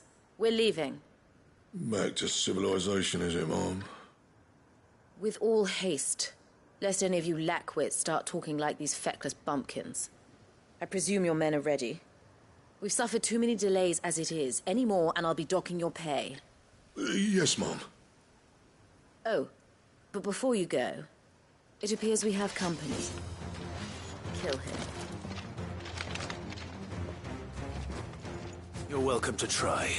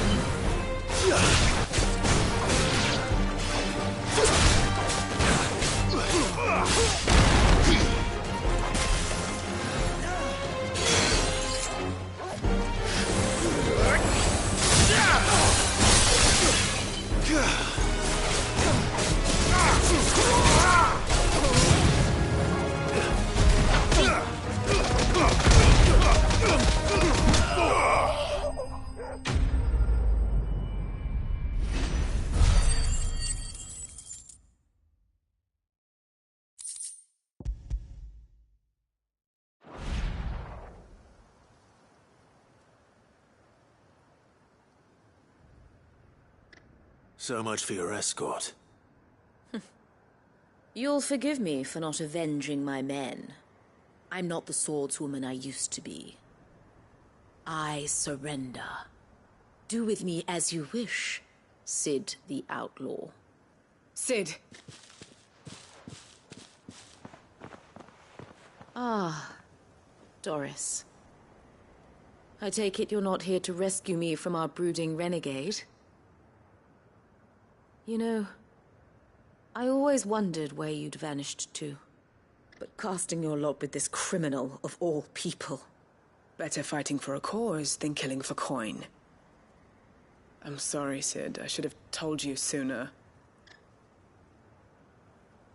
This woman, my former master, once trained bearer children to be weapons in service of the highest bidder. She raised me like a daughter. And I did terrible things to earn her favor. It wasn't all terrible, surely. We had our fun, too. You were always so eager to learn, and had such clever hands.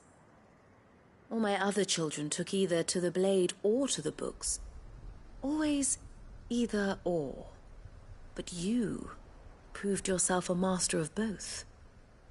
That's why I kept you for my own. How about it, my little dagger?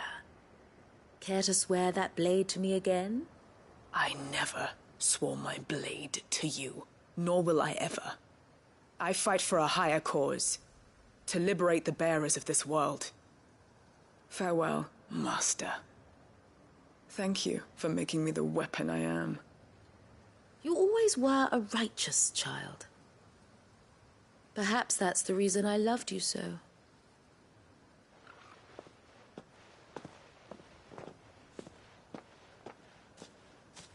What do you want to do with her?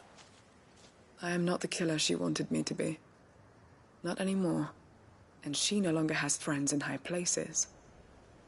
The Dame does, though. Her connections at the Imperial Court will see that justice is done. All right. If you're certain. I am. And thank you for everything. Now, I better let these bearers know that they're safe.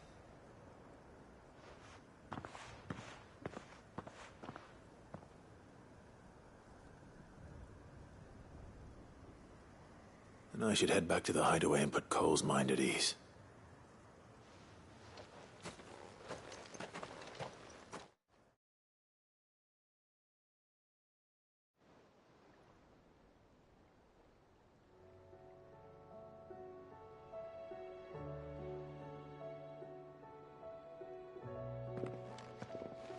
Welcome back, Sid.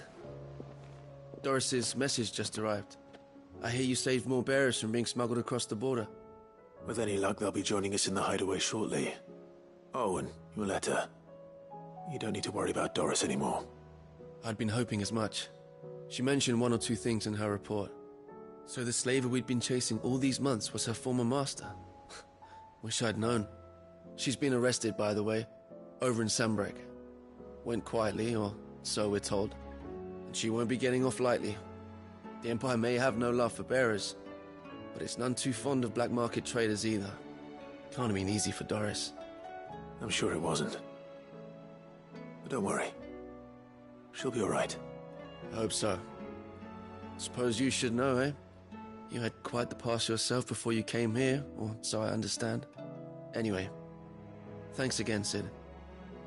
The Cursebreakers would be lost without Doris.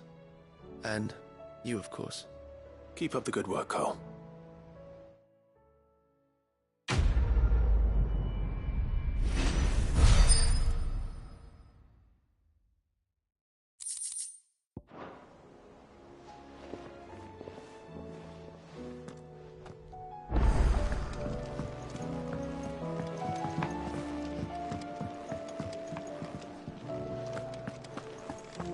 Oh, don't tell me we've run out of papio nuts and all.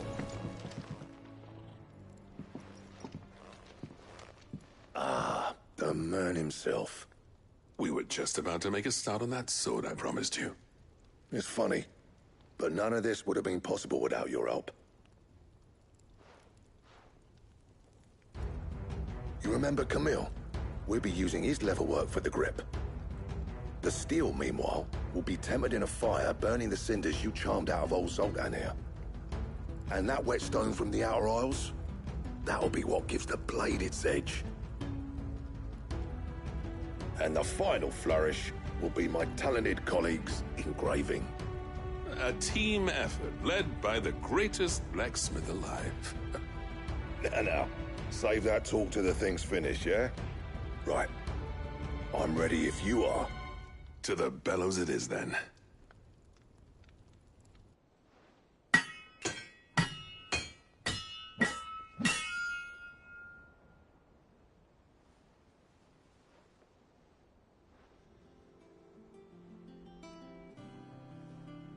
Well, bugger me. We actually did it.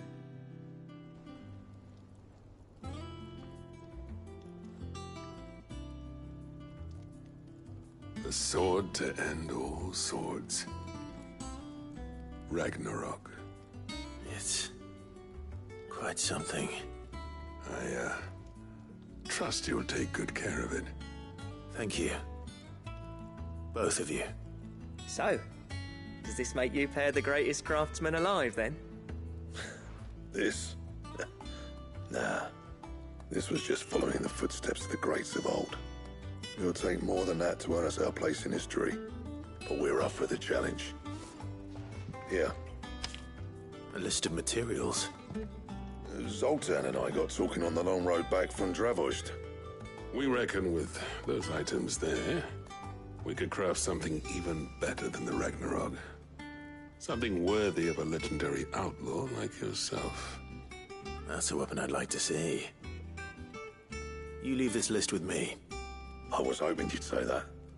One legend at a time, eh, lads? Before you start on the next, who fancies raising a cup to friendship reforged? Good idea. No more drinking to forget my past. It's about time I had something to celebrate. Then tap the kegs! Vulcan's boys are on their way!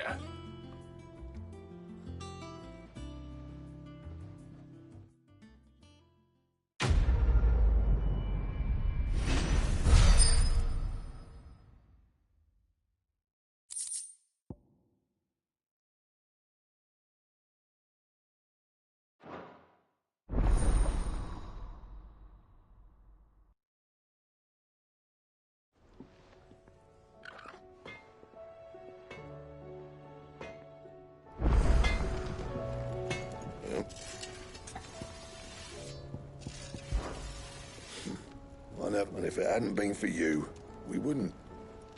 You've been a... What do you want?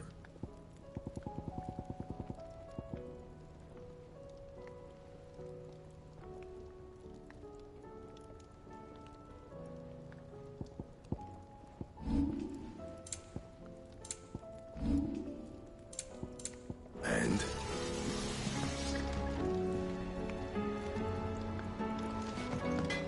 Don't tell me we've run out of papillon nuts.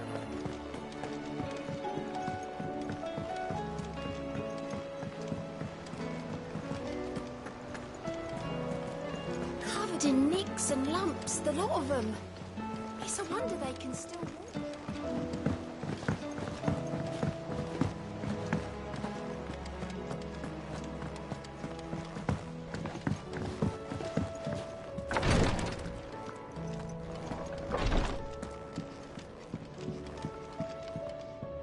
Yote, I brought back all the stone and water I could find.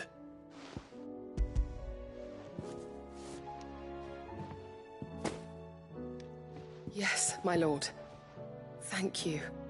I'm sure it will serve us until we can find another source. I'm very glad to hear it. You and His Grace are very much alike, you know. You think only of how you might help others, and never of the danger to yourselves. No more than you have minding my brother. You've risked a lot for him, and I thank you for it. I am honored that you should say so. But I beg you, my lord, do not give too much of yourself for the sake of others. I'll keep that in mind.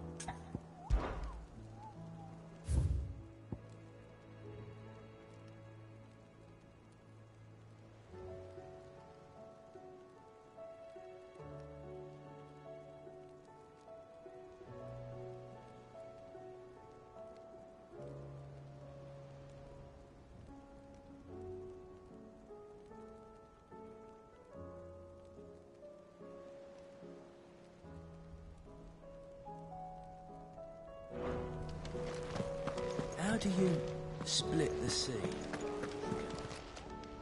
Oh, I wasn't expecting you back so soon. You earned this. Hasn't been delivered yet, I'm afraid.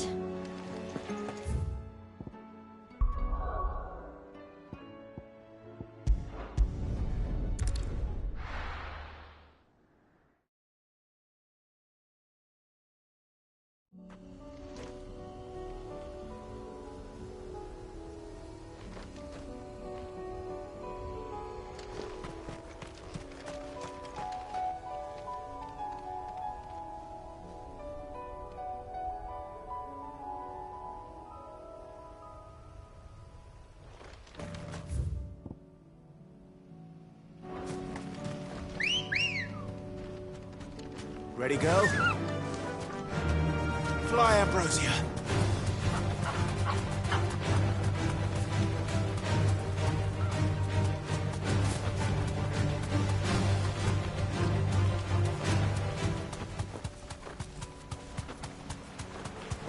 Damn it. The whole village is... Back to the stables, girl.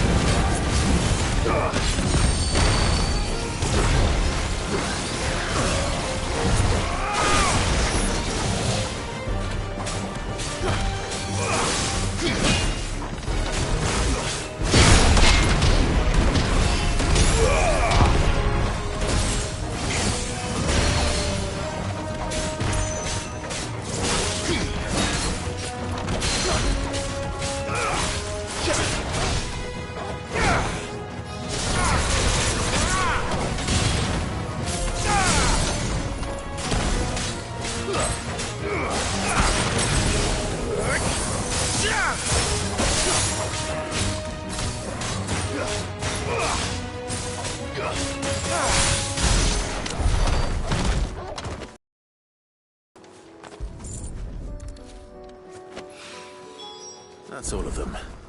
Oh, I...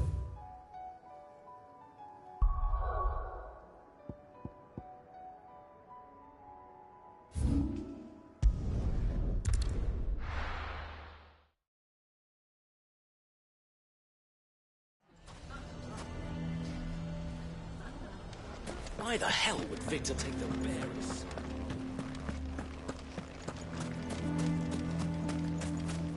None of the stalls were plundered this time, thanks be.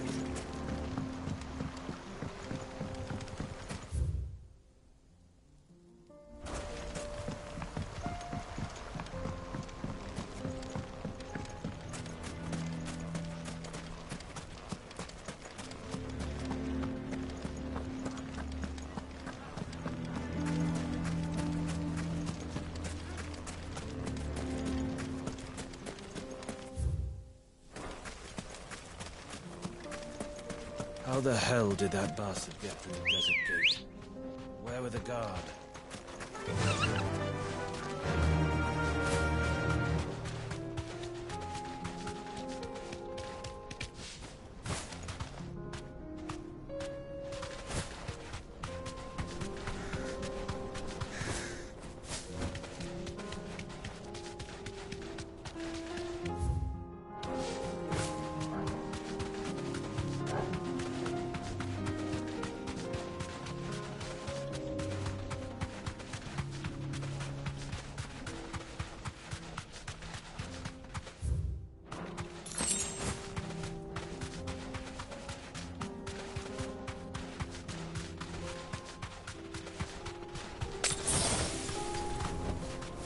Thanks, Gal.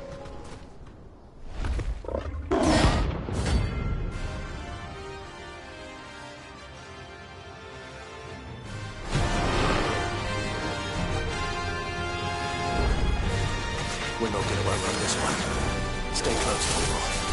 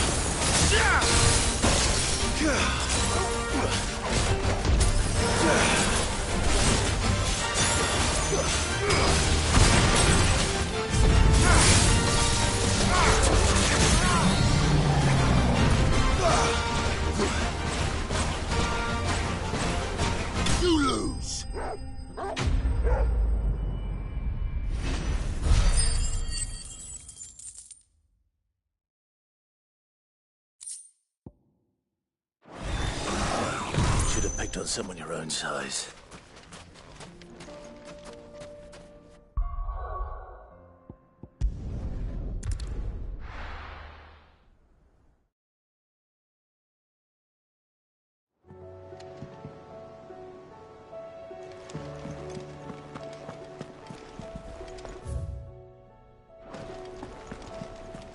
Covered in nicks and lumps, the lot of them.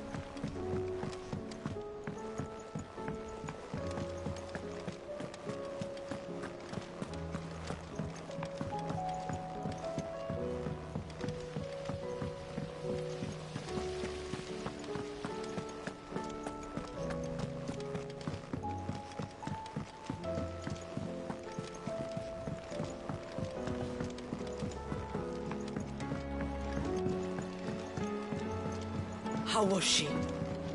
The Enterprise, I mean. With Canva in the hands of a... Ah, Sid. Wasn't expecting you back so soon. So, is it good news or bad? Good, thankfully. Here. Ah, that's brilliant! Thanks a blimmin' million! I'll fit 'em to the smelter right away!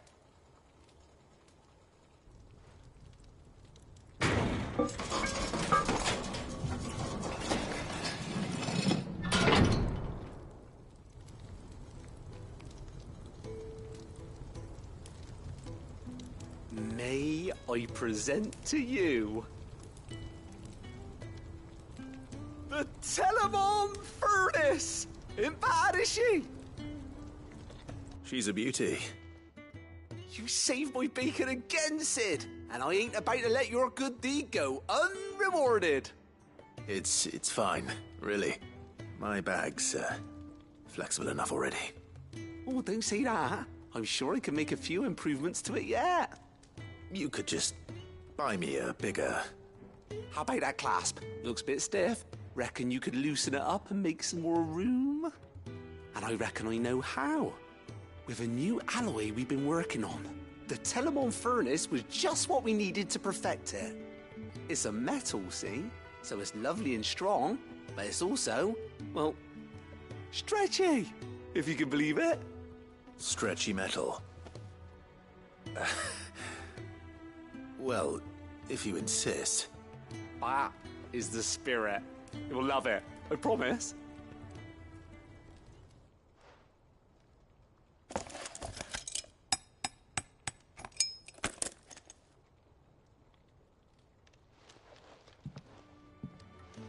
So, what do you reckon? It's actually quite ingenious. Thank you, Owain. Shh, don't mention it. You earned it. And I wanted to get some practice in using that metal anyway. Reckon we'll have all kinds of uses for it around the hideaway. Can't think of any right now, but that's our job, innit? Dreaming up new ways to make life easier around here. Maybe even out there, too. One day, the whole world's gonna know about the inventions you've helped us put together. That bag of yours will be the first of many. You mark my words. They'll hardly believe their eyes, I'm sure.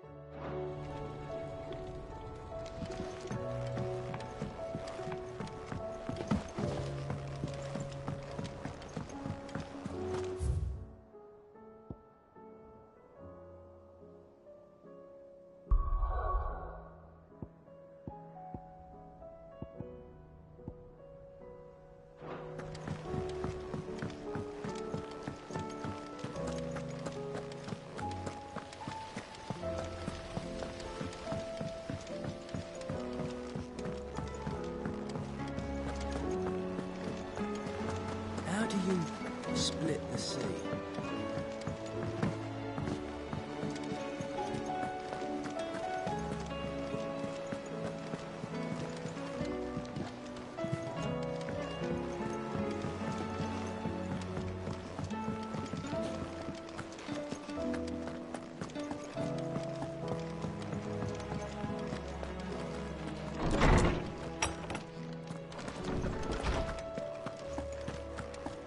I have no reason to assume.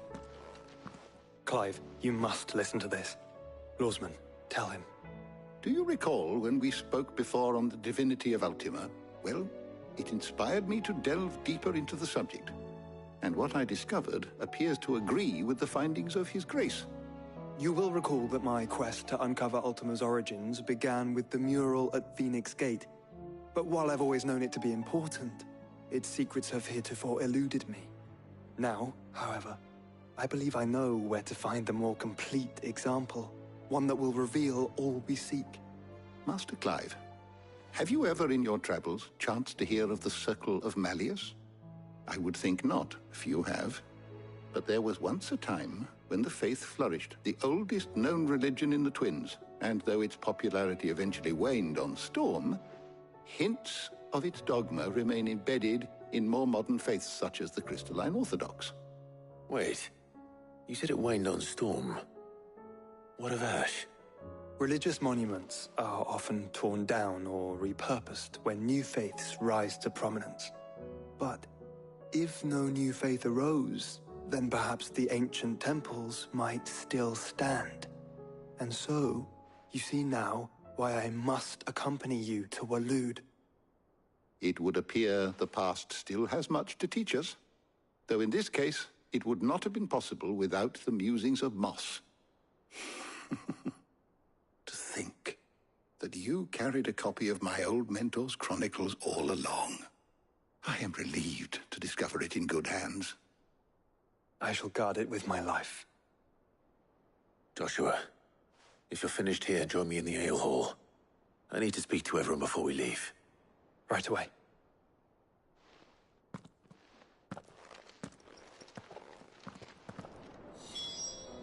If it please your grace, might I... Ned said I could ride the Enterprise next.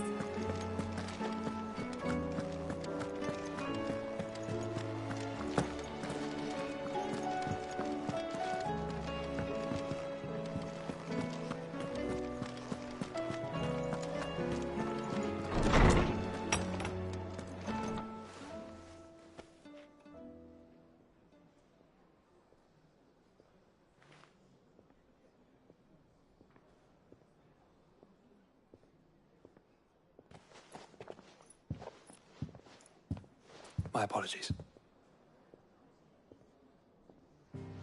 By now you've all heard where we're going and why. So I won't bother you with the boring details, only the important ones. If we attempt to approach Stone here by sea, there's a good chance we'll be sighted and fall prey to the capital's artillery. So instead, we'll disembark on the southwest coast and make for Drake's Spine on foot.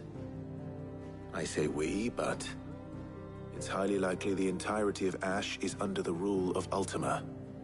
A large party would only attract unwanted attention, as well as slow our march and require supplies which may be difficult to obtain.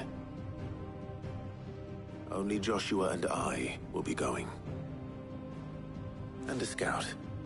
Preferably a good one. Gav, do you know of any? You bet your ass I do. Might still borrow some of Lady Vivian's maps, though.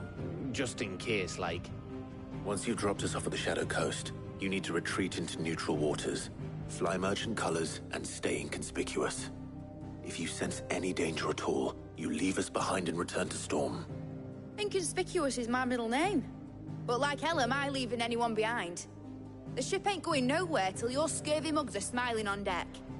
Jill, the Enterprise will appear a tempting target for royalists and pirates alike. You're to stop anyone boarding. Don't worry. I'll keep the ship and her crew safe. You'll be needing passage home, after all. But... very well. If there are no questions, I'll see you all at the docks.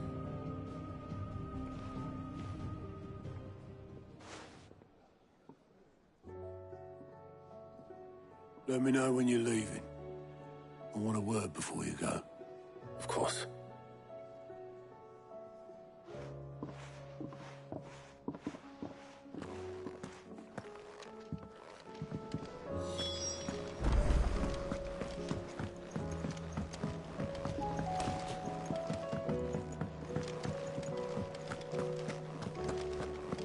The stew shoes awfully full.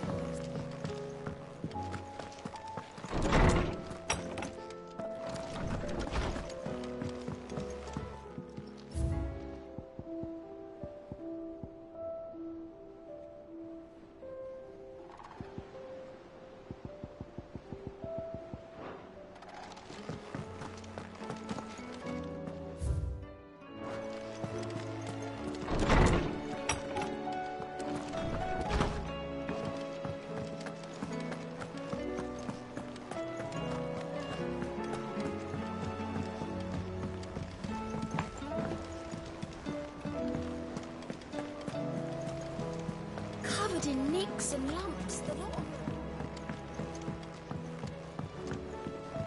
How do you split the sea, you reckon? Is something wrong? Not at all. Honestly. Can't a man wish his friend farewell? Just wanted to let you know that I'll keep things in order while you're off saving the world. I'll hold you to that.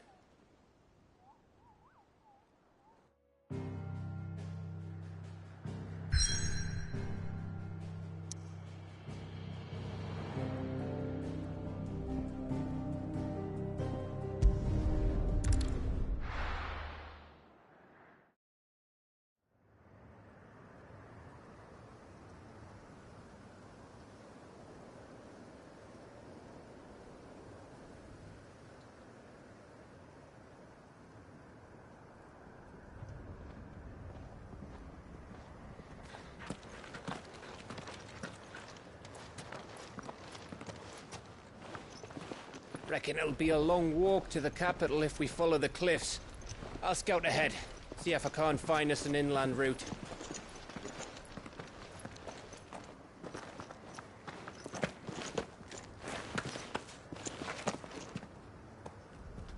Clive.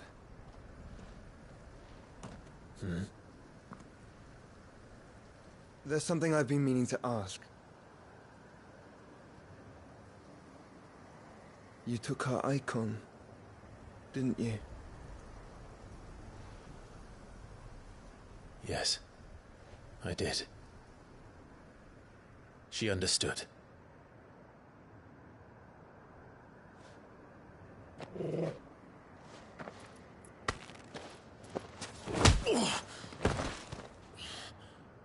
Oh, she understood.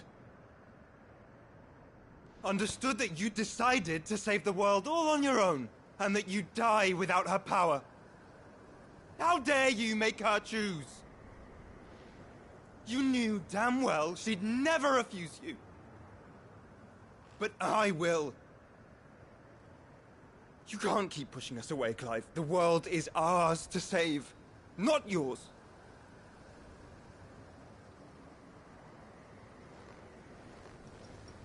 I used my gift because I thought it was the right thing to do.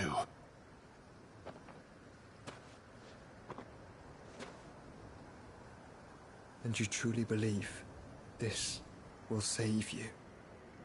Will save us all? I do.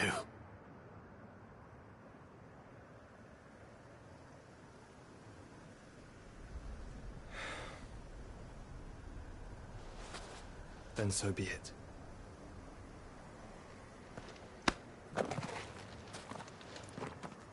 Just don't forget, you're not alone.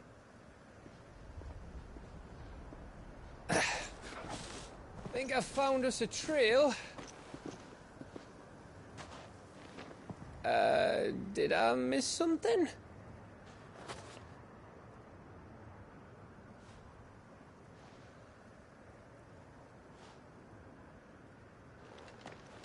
Only that Joshua didn't.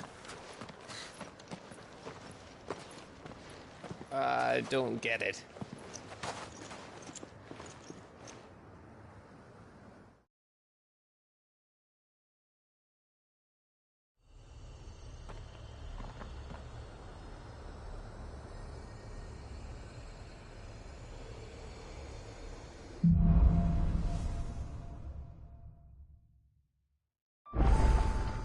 Always wanted to visit Ash.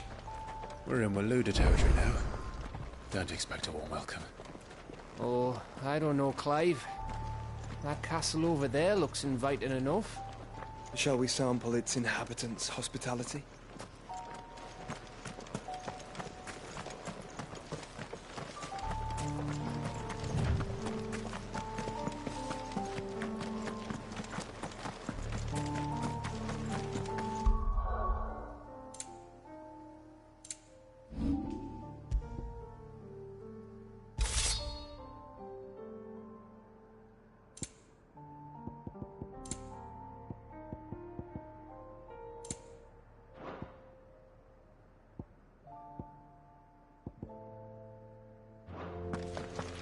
Remember what I said about warm welcomes, Gav?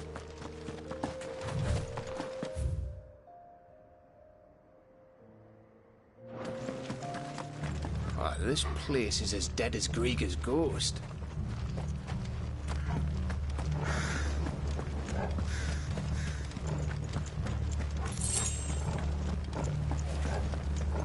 Have care. I knew I smelled something. I see how you're so casual here. Let's hope the villagers will be out in time.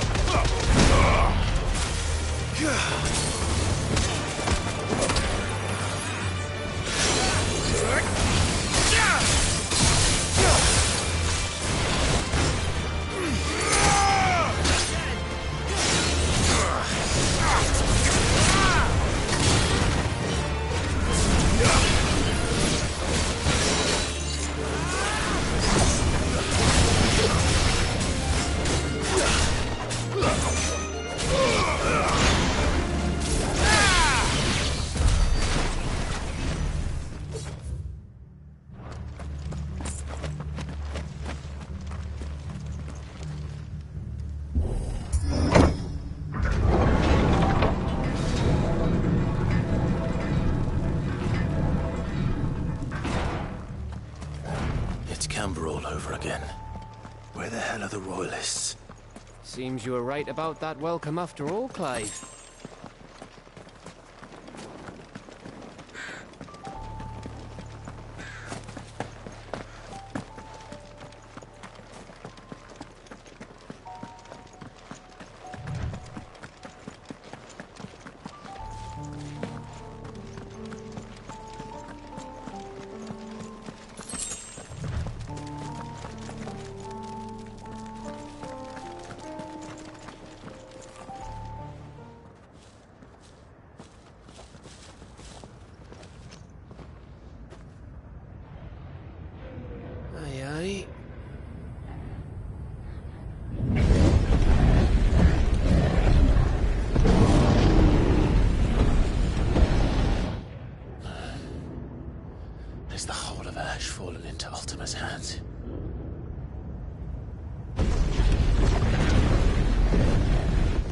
guess no peace delegation. We should send a warning to the others. No. My uncle will have an eye on the coast. I trust he'll find a way to entertain any uninvited guests. Our mark is Drake's Spine, and there's a lot of road between us and it. We press on to Stone here. Aye, you never know. It might not be a nest of slathering monsters.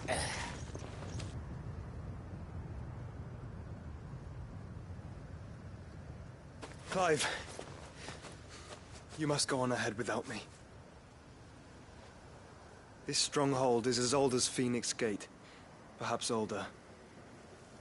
It may yet hide Ultima's remaining secrets, and if we are to best him, they must be unearthed.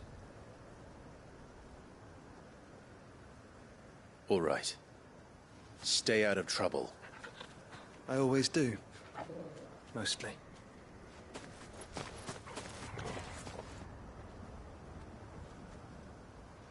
You sure about this? About leaving my brother on his own. Of course. Mostly.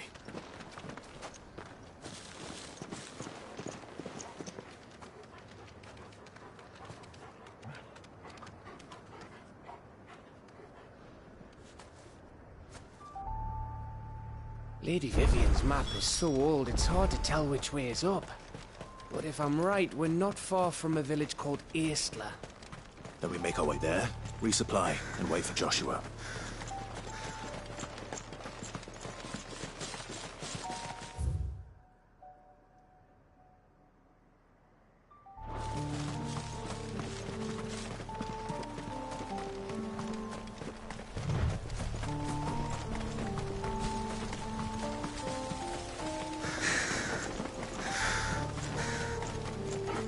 This place reeks like a morbid's arsehole. Though I'm guessing it's not the smell that would kill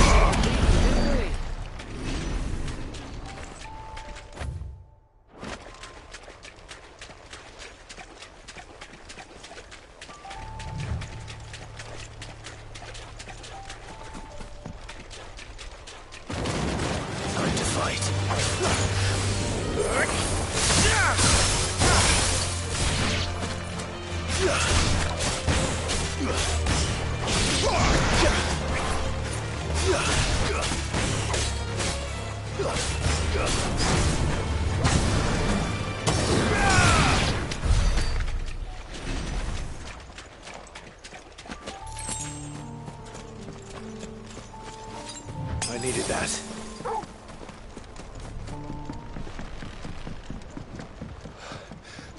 Oh, much breath.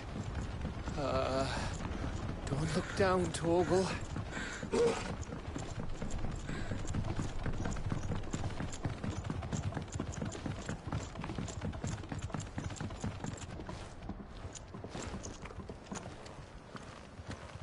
That must be Eastla.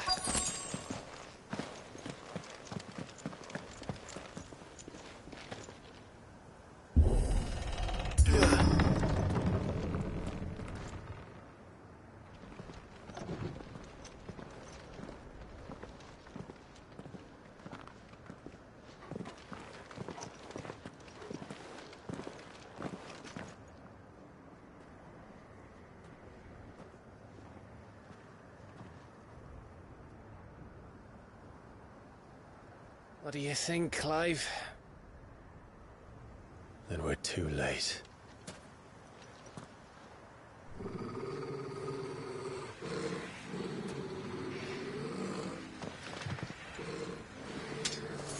Damn it. They're all turned. There's nothing we can do. I wouldn't say nothing. No quarter, Gav! No quarter!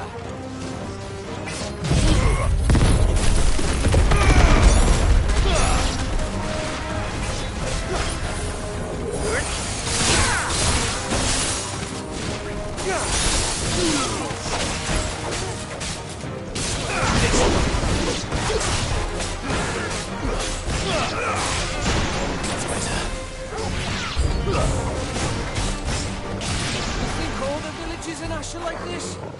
A question for later, Gav!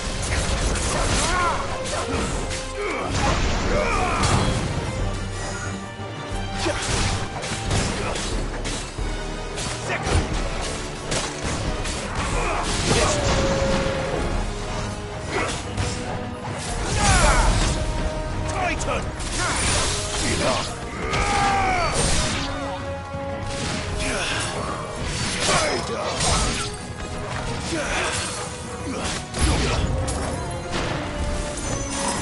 Here they come! And come.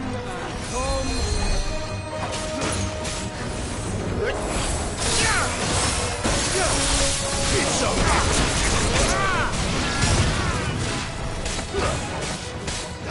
over here!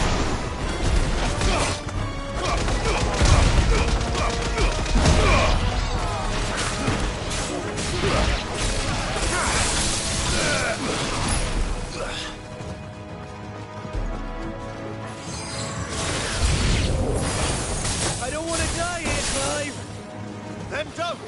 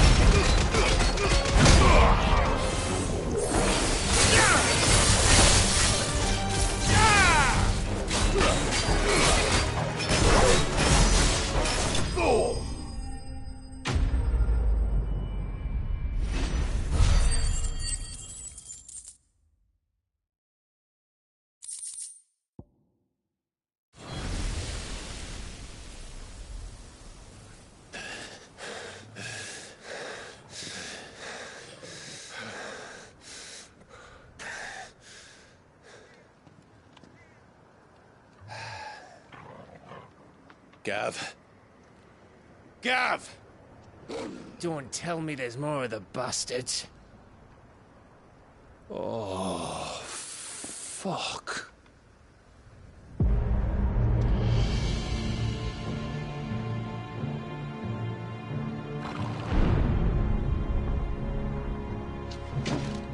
Have you come to watch, Odin? Bound for Stonehill. Good.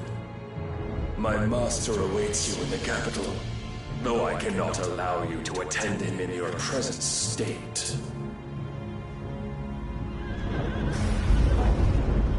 And how are you going to stop us? Why, with this!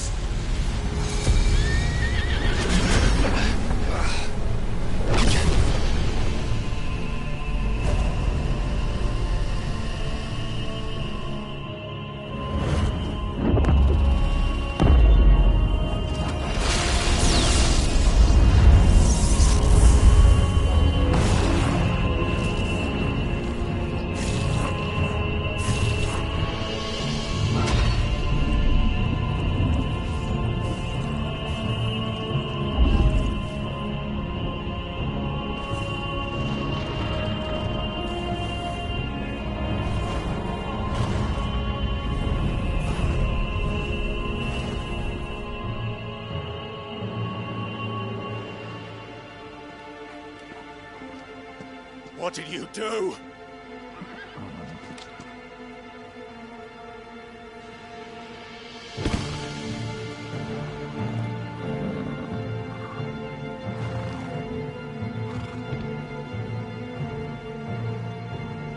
If the vessel would see the path opened, it has but to ask. I shall see that my master's prize is made presentable.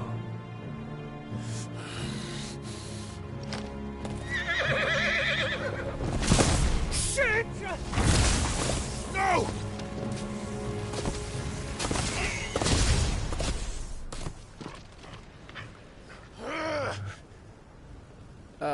Clive, would you mind telling me what the fuck just happened?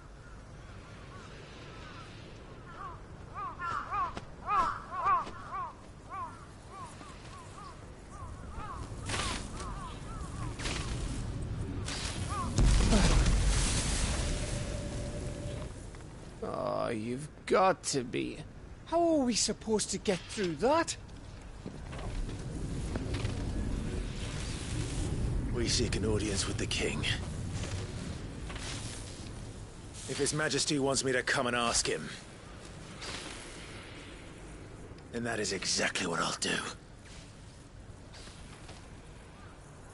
Before you go practicing your petition, we don't even know where the fucker went. How about we cool our heads and think this through, eh?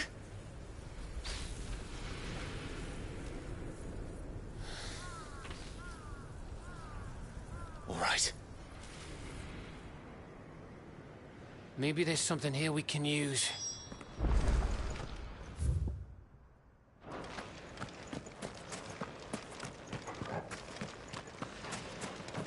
I thought we got them all.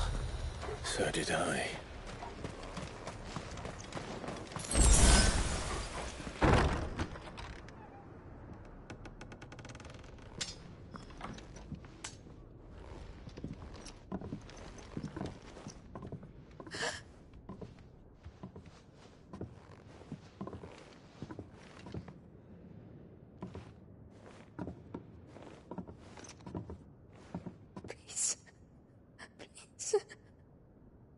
Please, no. Miss. Whoa, easy, easy. We're not turned, all right?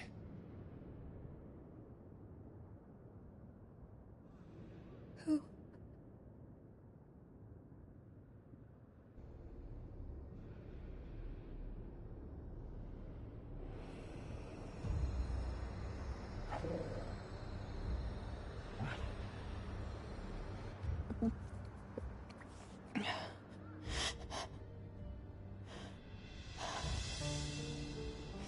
My thanks, kind travelers.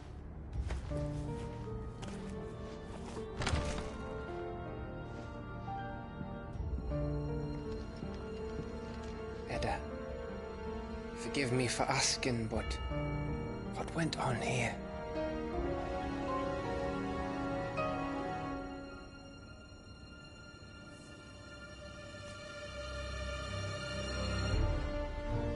It all started when the skies changed. The elders said it was the Arcade. One by one, people went mad. Minds taken by the ether. Till only I remained. By then, I was too far along to run. And then the nights came. And I didn't know what to do.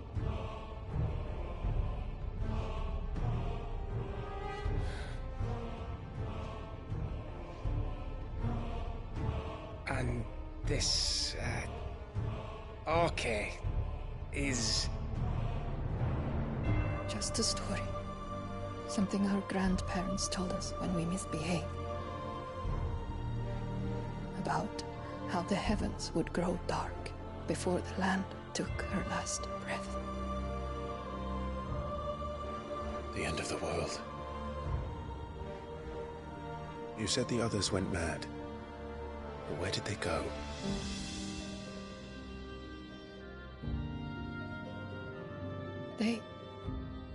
They all left. Drawn east to the tower, to reverie. The elders, the healer, the blacksmith, my husband.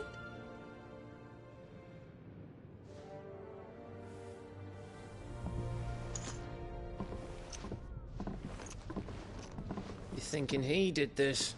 Of course. Who else could it be? You were in Canva. You saw what he did to the people. But then what about her?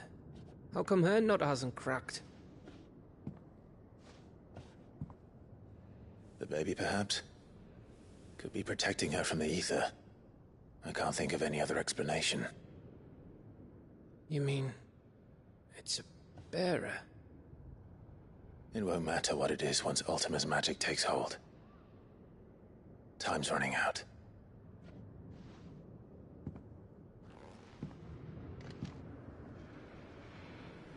This tower.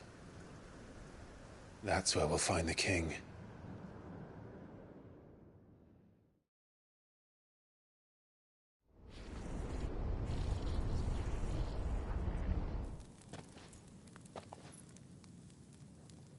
I knew it. It's the same as Phoenix Gate.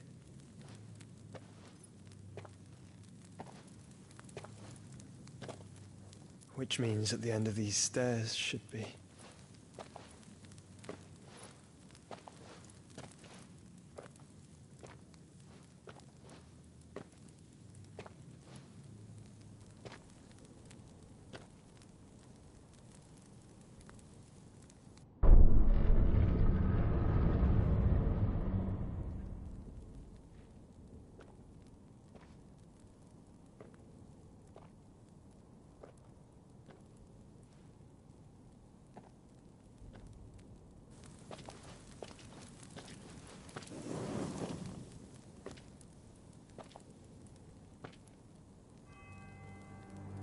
The mural is complete.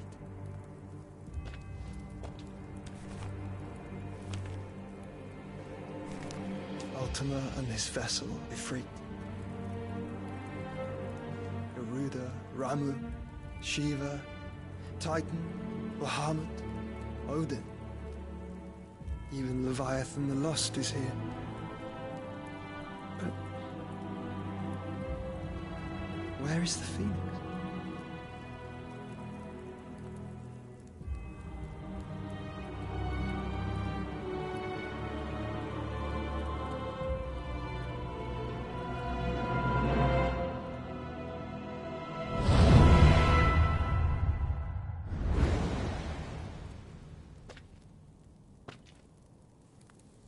by the Founder.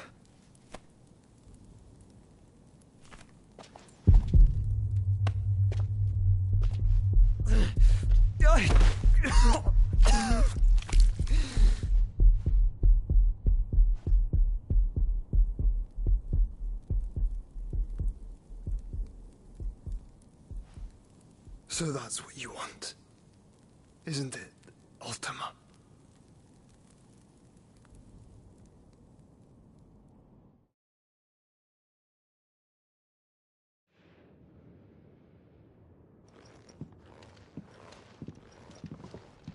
So that's how it's gonna be then?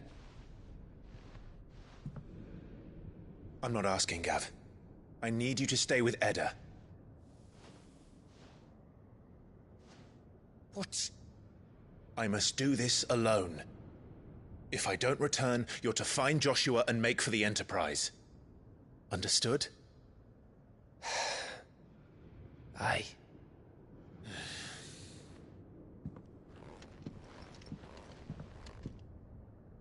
Just don't you go dying on me.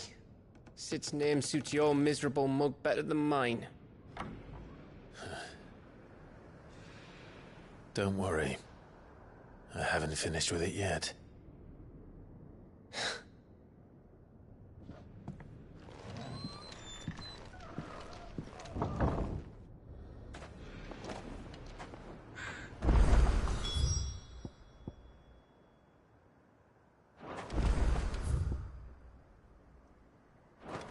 If Barnabas is controlling the Akashic, then wherever he goes, they'll follow. And so will I.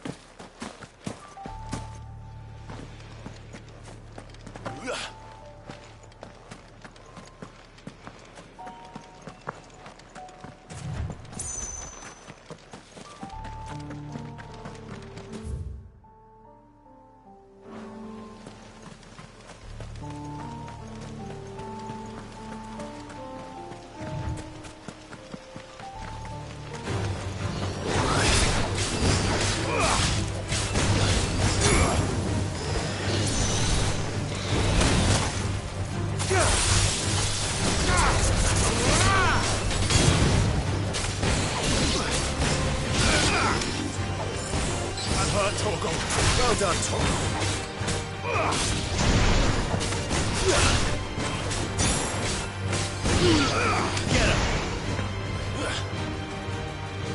Get him!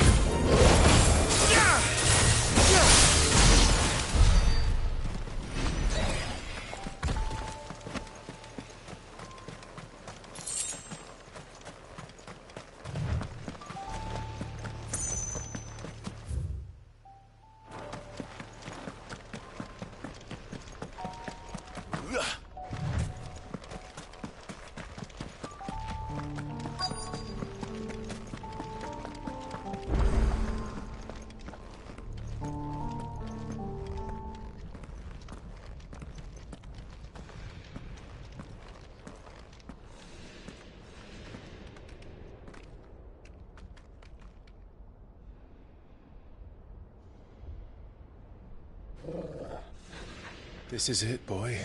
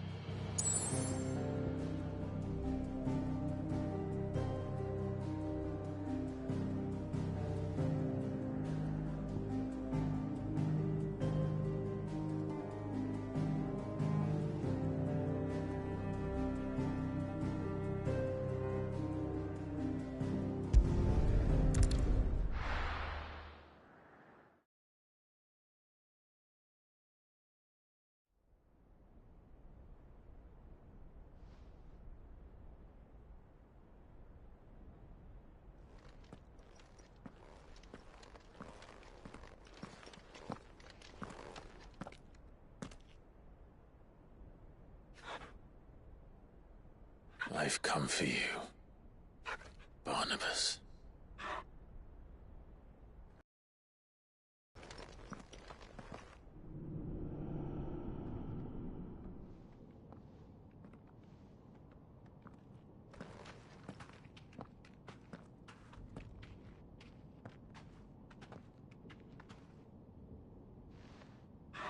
Stay close, Torgal.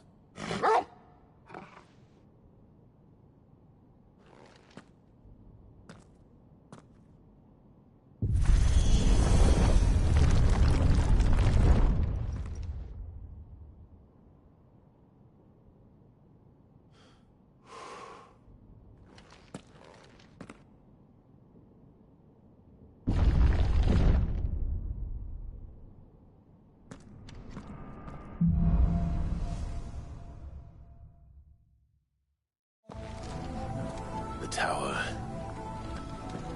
It's alive.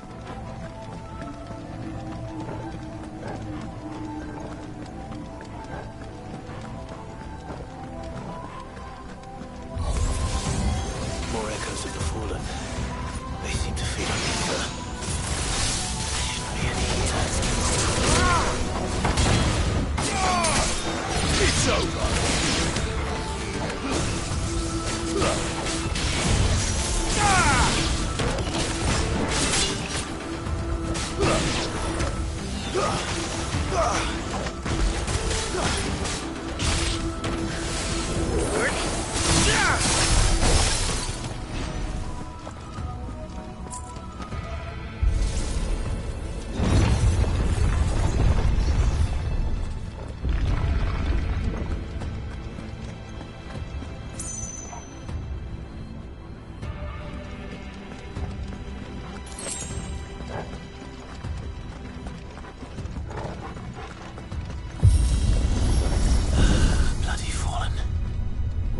Floors seem to have a mind of their own.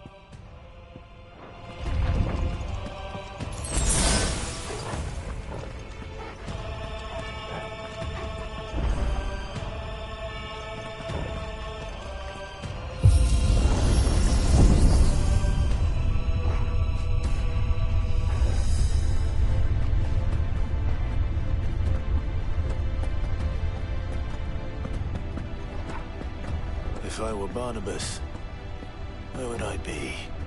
The top. So I could look down on the world.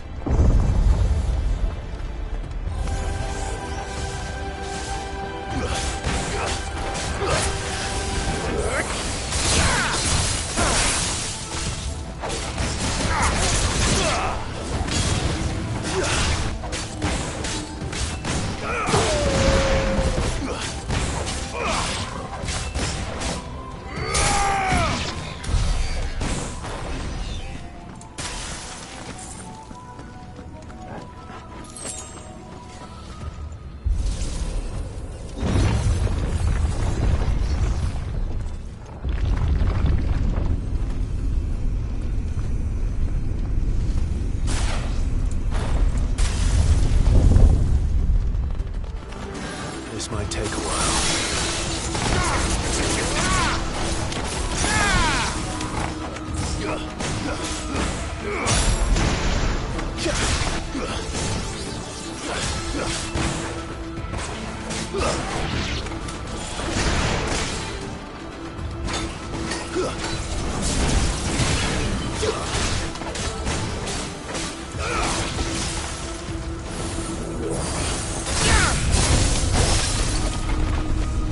To me, boy!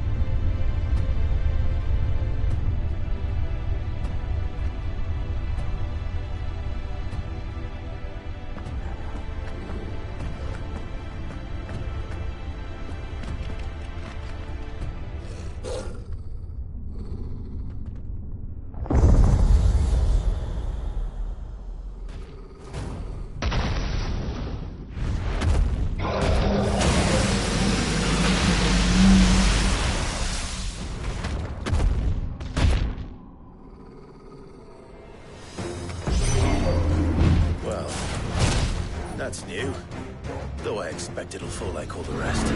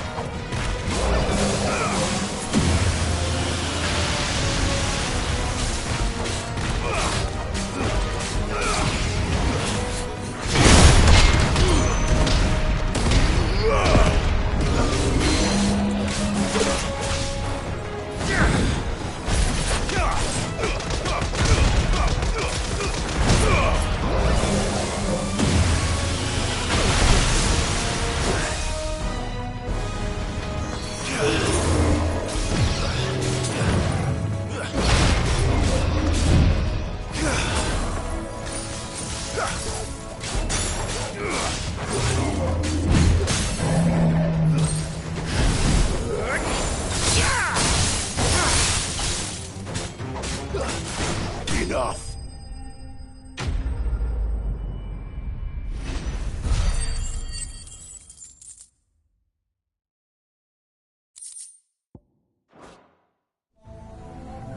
What was that thing? Hopefully there aren't any more.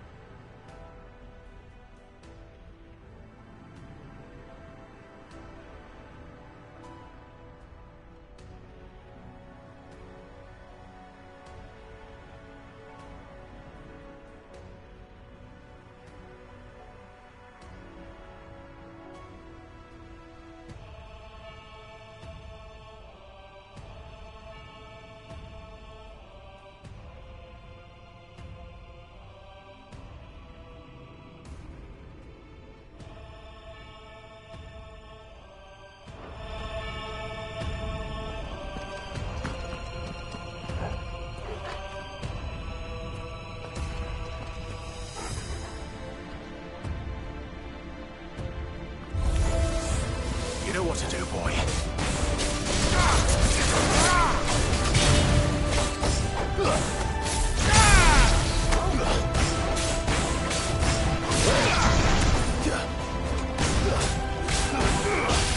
Soil, stay down!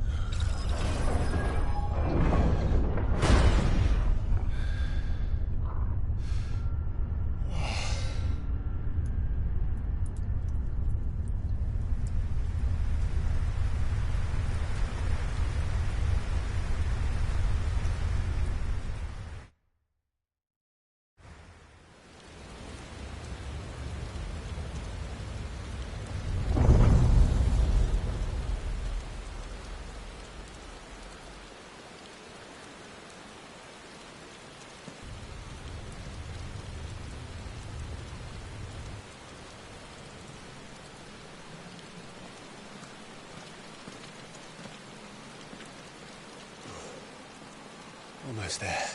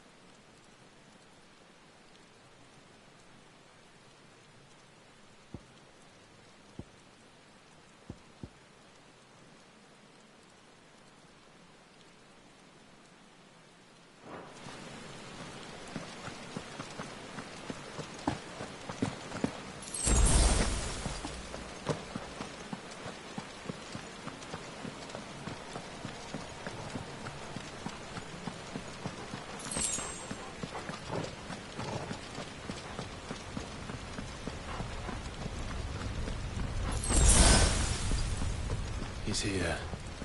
I can feel him.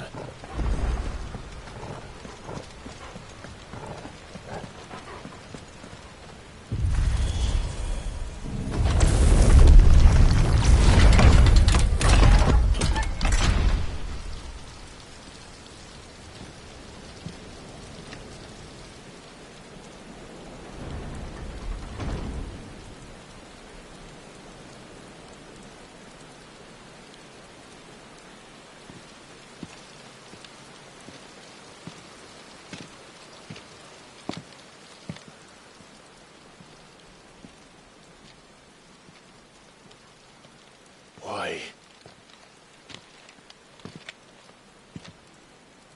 The blade must ever feed if her edge is to remain keen. Butcher. What care you for these worthless creatures? They are nothing. Weak from the moment of their conception, ever longing for power not theirs to command, they turn unfailingly upon themselves. Like sheep, they roam in filthy flocks, eager to those few gifted a fleece of gold, or that they might feel contentment with their pitiful existence. Prejudice and persecution, severance and strife, every earthly wrong springs from the malice in men's hearts. Malice born of the pain and suffering that is free will. Its corruption is gnawed at your being from the very moment of your birth. You're wrong. It is no corruption. It is who I am. Every choice I make, right or wrong, gives me reason to carry on. And carry on I shall. Not as a puppet, but as a man. Which are you?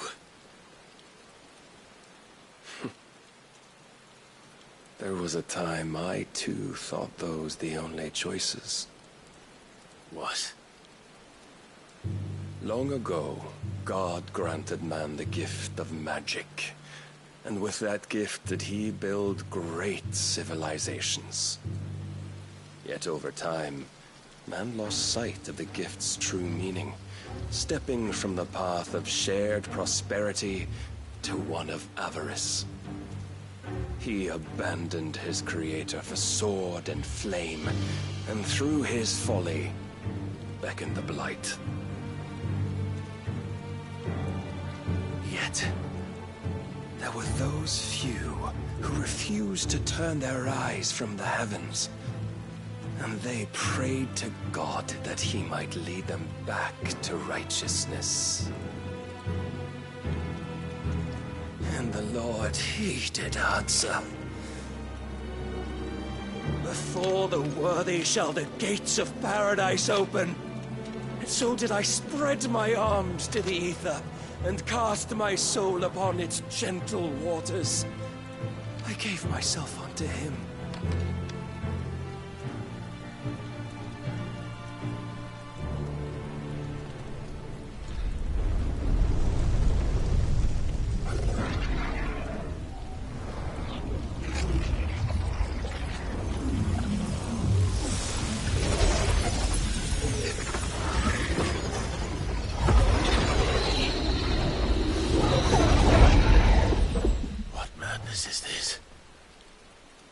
My worth proven, the Lord charged me thus. If your kind are to find salvation, they must be made to serve.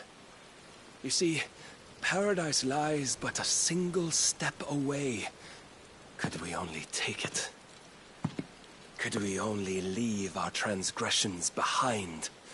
For none save the pure of heart and mind may set foot in the new world. I will save us. But it all begins and ends with you. You are the key, Mythos. And with this humble offering, shall I prove my faith once more. So you forsook your kingdom. You forsook yourself to serve. Tell me, how is that living?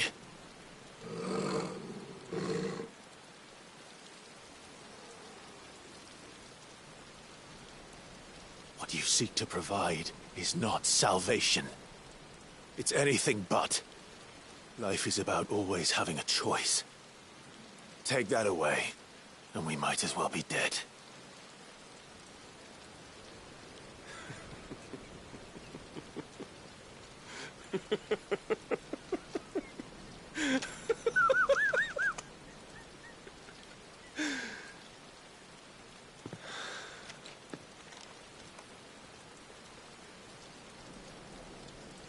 Very well. Come then. Show us the strength of your will. It's not the strength of my will that should worry you, but the weakness of yours.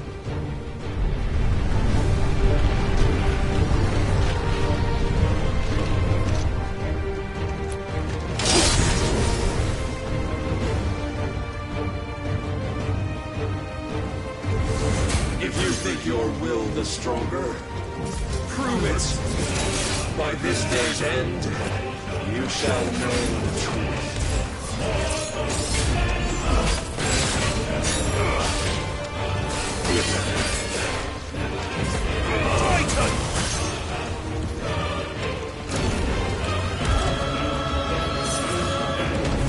You will obey.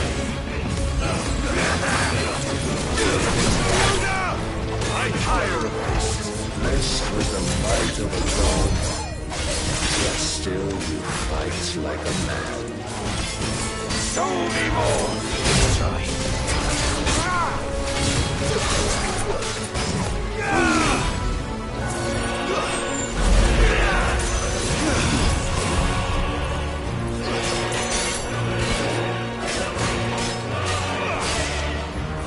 Must I show you? And what you see?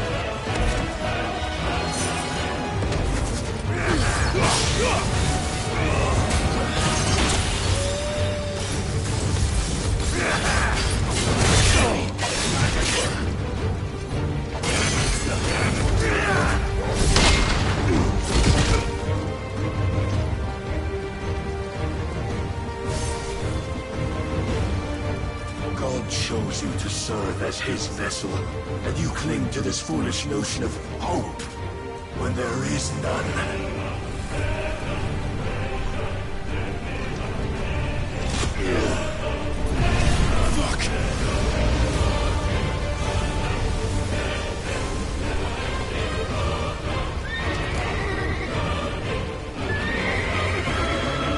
Desperate, are we?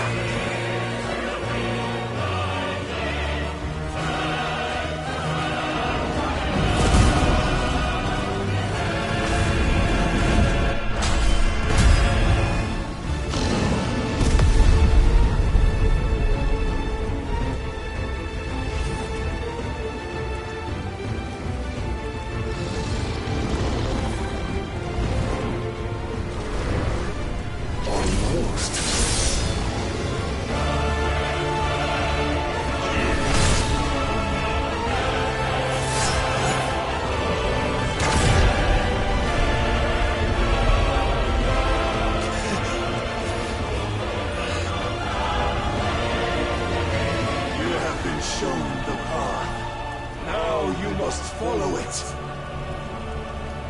Free yourself, Mythos. You will not defeat me otherwise. We'll see. Perhaps you still require persuasion.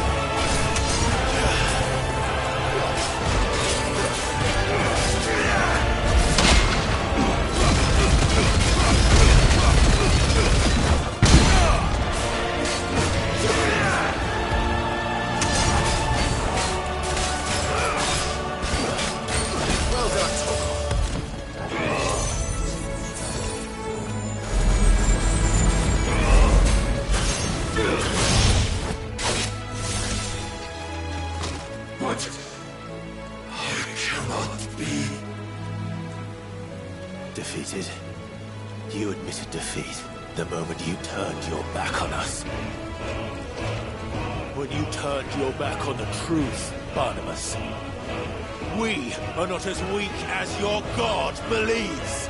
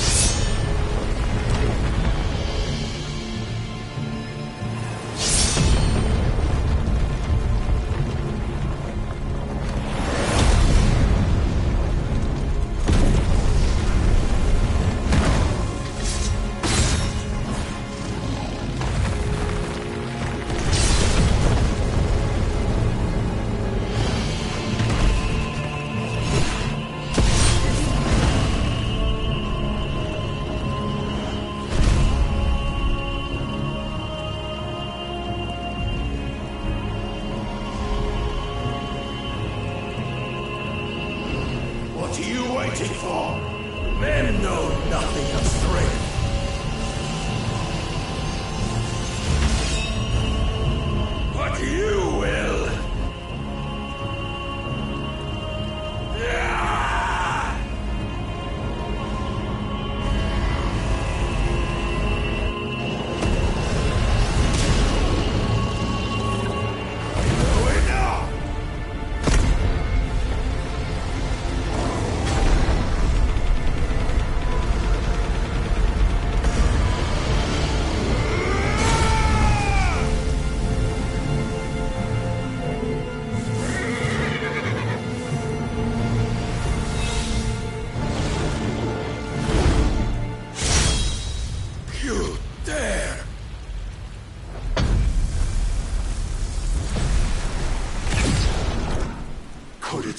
I've made a weapon of your weakness. My apologies.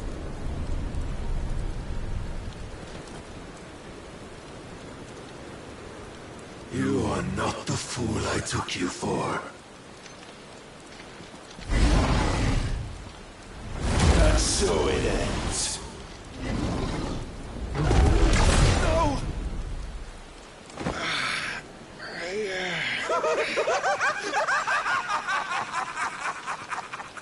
Don't tell me you are tired, Mythos! Your stubborn defiance has stirred my long-becalmed heart, filling it with a joy that I have not known for generations! I had thought the tantalizing kiss of self-indulgence a dream forever out of reach. And now that its sweet ruin courses through my veins, I shall not be quick to relinquish it. Show me your work, Mythos, that I might revel in it!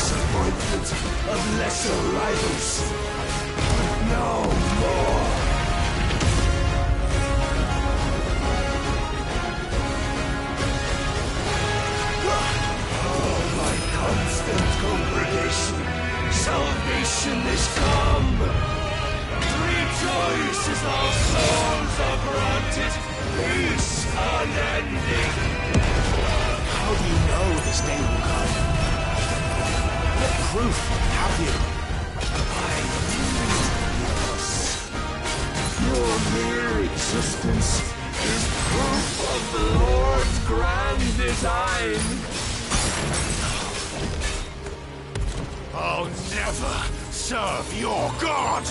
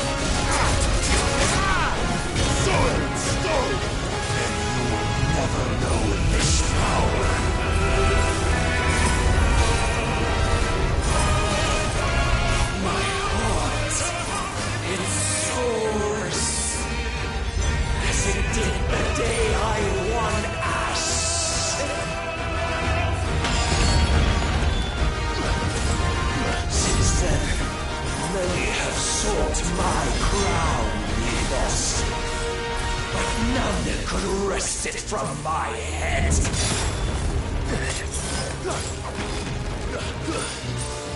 Come! Have you the strength? Have you the will?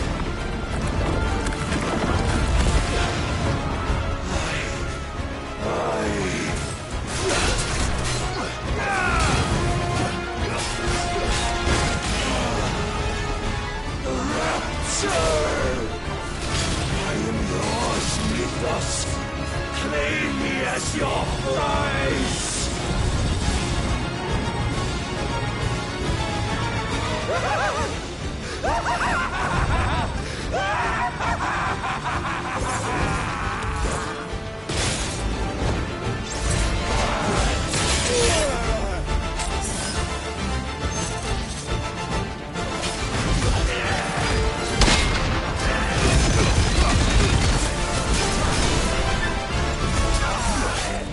No more sorry.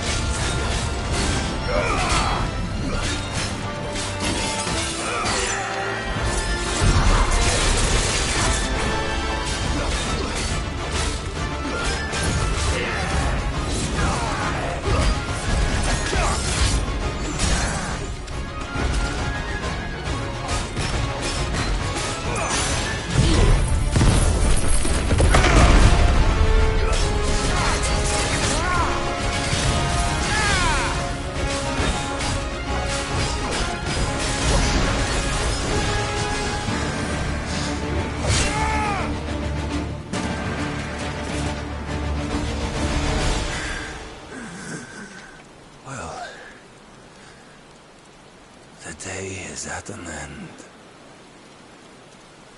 And we both know the truth. It is I who stand victorious. My will that prevailed.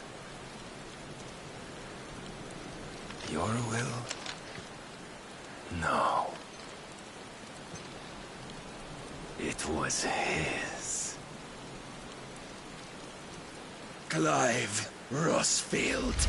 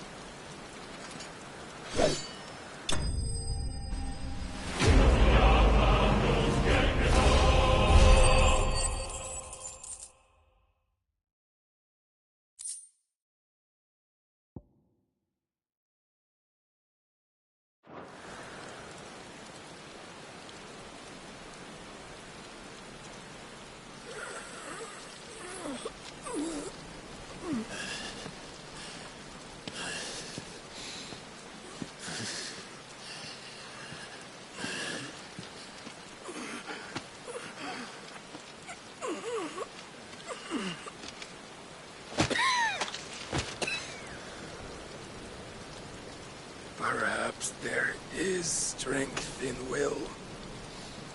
Would that I had not relinquished my own.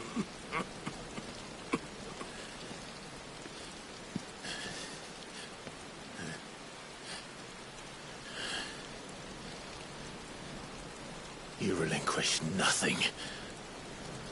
What was it, if not will, that made you strive for a new world? Strive to win your master's approval?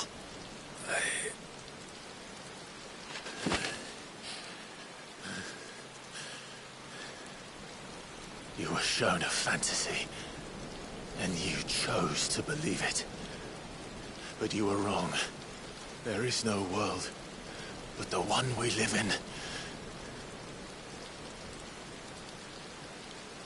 And that world is worth saving, even if it means killing a god.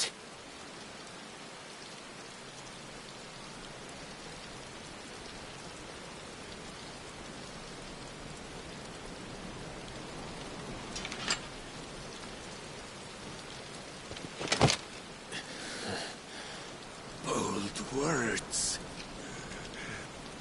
from one who has served the Lord so well. This is pointless.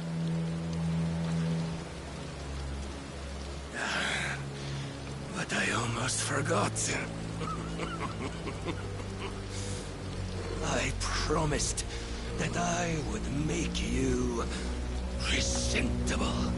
Did I not?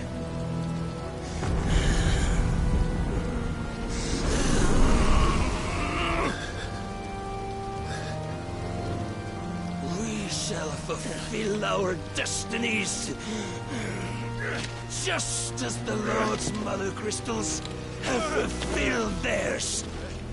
Come, Clive Rossfield. Take what is rightfully yours. Become one with God. No.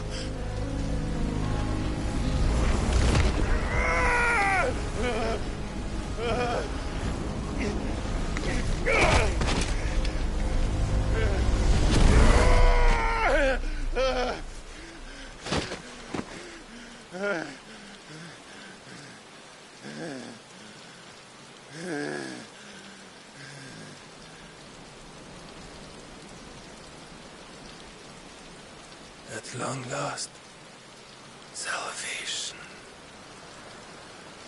I'm coming home. Mother.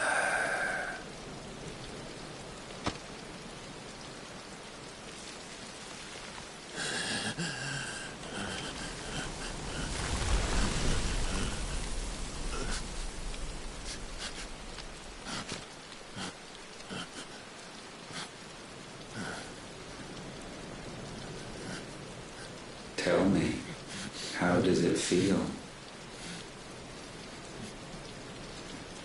Show yourself! Face me!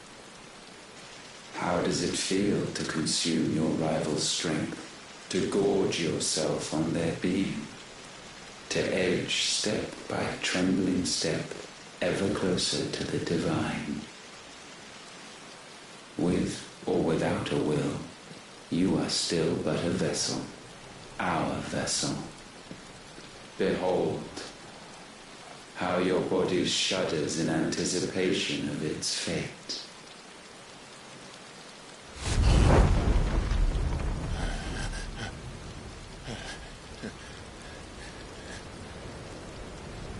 Oh, it's not yours yet. No. Come then, O wayward child. We shall await you upon the back of the first worm. There all shall end and begin again.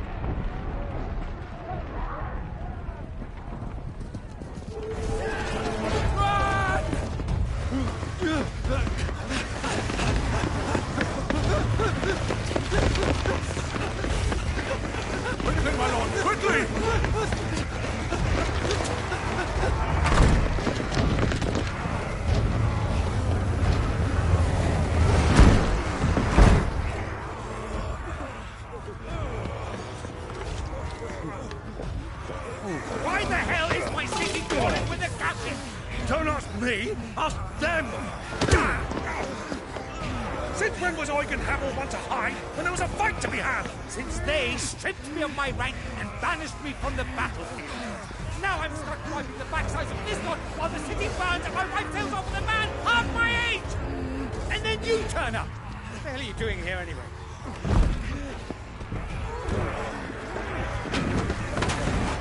What indeed? The enemy numbers 200,000 or more counting yours. There are simply not enough soldiers garrisoned in the capital to repel an army of that size. Then one of the central keep, held by a contingent of soldiers and bearers from the surrounding boroughs. They are the sole reason it still stands. And all it took was an army on their doorstep to bring them together. The prospect of death does put things into perspective. Perspective. Perhaps it's what we've lacked all along.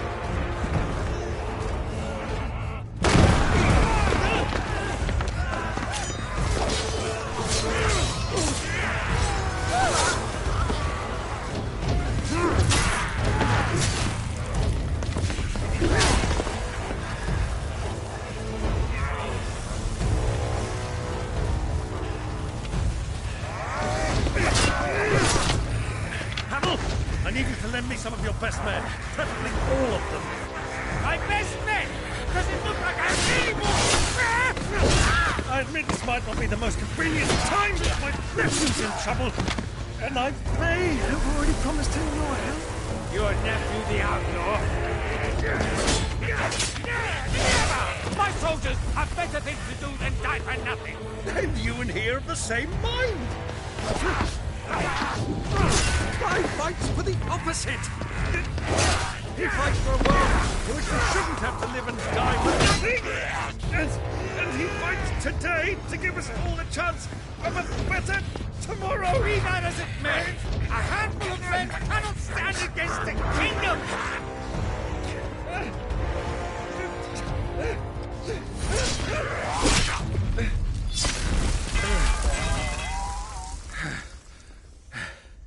Then mayhap they are the wrong men. Well, I'll be damned. Our numbers are few, but I shall rally as many of my dragoons as I'm able. You, apprise the Lord Strategist of the state of the city's defenses. Yes, Your Radiance. And you would fight alongside us? I owe the Phoenix a debt.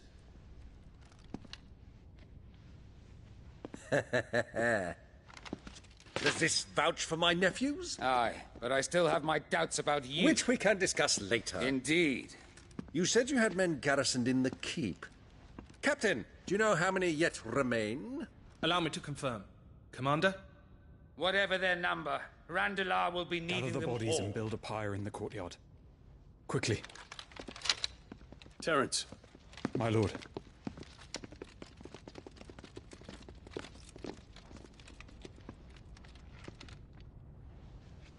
You will find a girl there. A girl? We are in the middle of a war. I owe her my life, and I always pay my debts. You are to see that she is provided for. Dion, I cannot leave. But you shall. If I'm ever to be worthy of the forgiveness of our people, then I must earn it. And I must earn it by my hand, and my hand alone.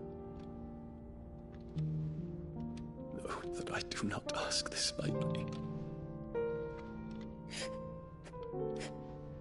And know that I will do it.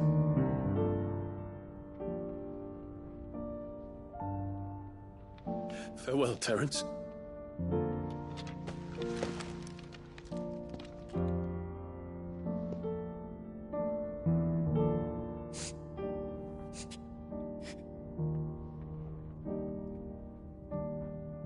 Farewell,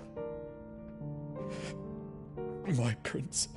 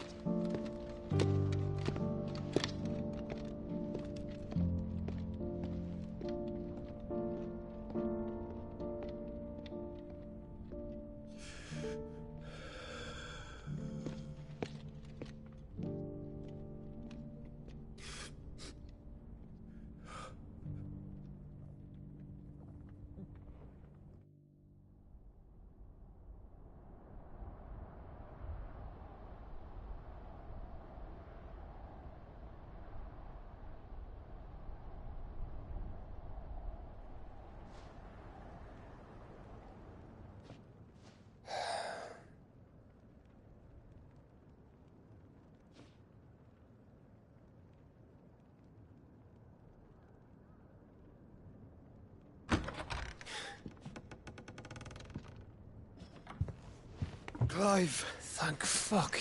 You alright? I am. But I'm a damn sight better for seeing you, Joshua. And Barnabas. The king is dead.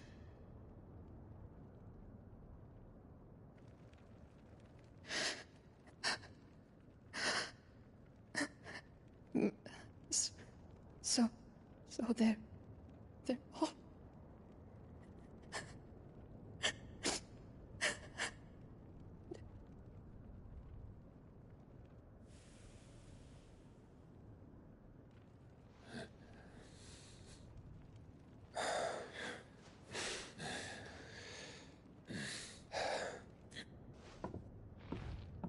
They are, but so is their killer. He can't hurt anyone anymore. You're safe.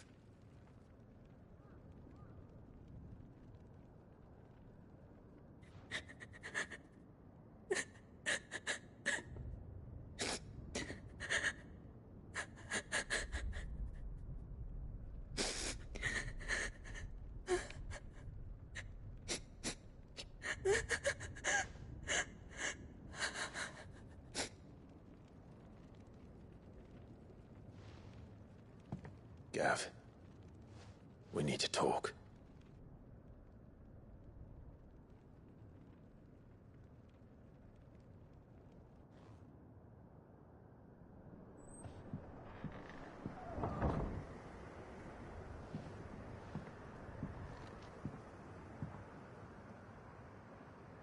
I'm sorry, Clive.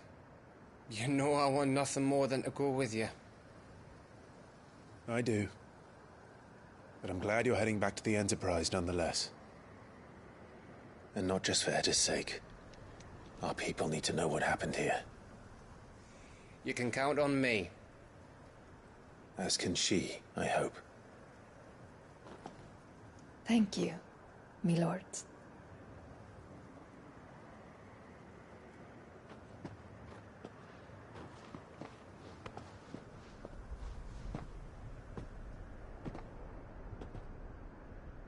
Do you think that was wise? Wiser than leaving a woman with child alone in the Deadlands. They'll be safer at the hideaway. For now, at least.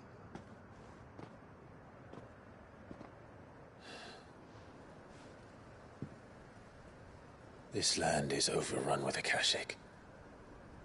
The king himself was long turned, albeit by choice, all to serve Ultima, in his damnable quest to forge the perfect vessel.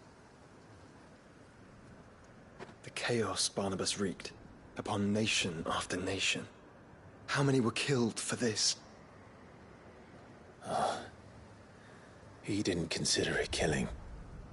Or a mercy of sorts. A way to end their suffering. He truly wanted to save mankind, and ultimately used that. As he uses us. But why us? What are we? What are we? We are dominance. That is our fate. But that doesn't mean we have to accept it, which is why we fight. For the right to deny it. Is that not so? It is. For our sins.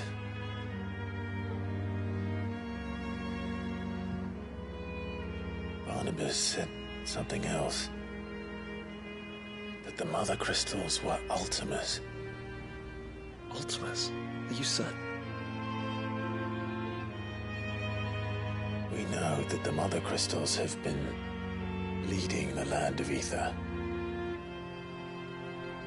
And we also know that it's this which hastens the spread of the Blight. But what I cannot fathom is what Ultima stands to gain from that. What did you find at the Stronghold? The truth about Ultima's prize. For so long, I believed it to be you, and you alone. Yet, it is not merely a freat that he desires, but a freat and phoenix both. That which we became in the skies over Twinside. Only when the twin flames are joined shall his vessel be complete.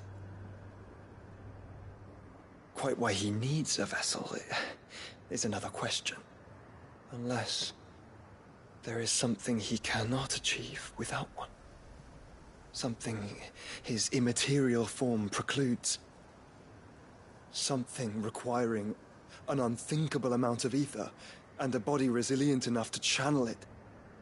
If I did not know better, brother, I would think that he meant to cast a spell.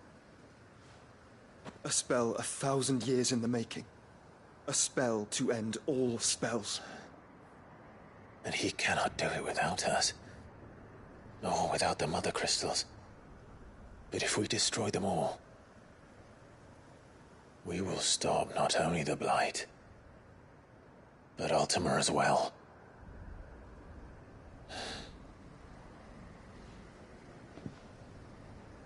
We stick to the plan then. Only this time, we face him together. Well, It's a long walk to Stone here. Let's not keep Ultima waiting.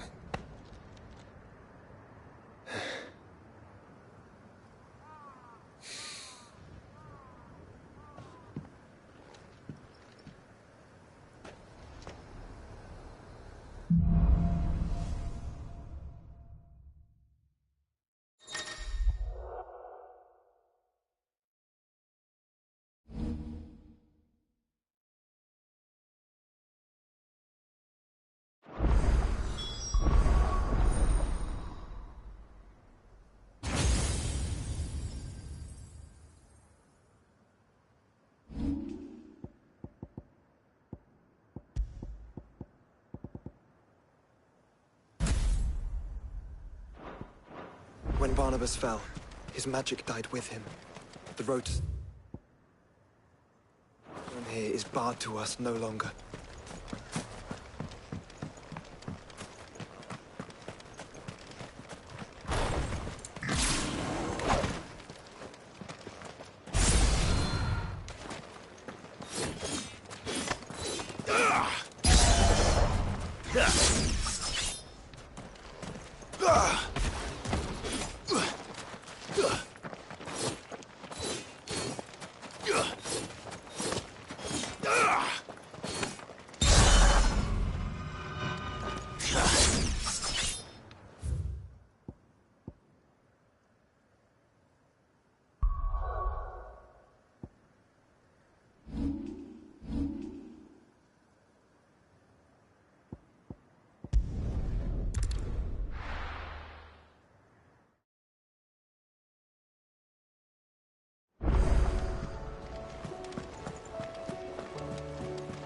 Covered in nicks and lumps.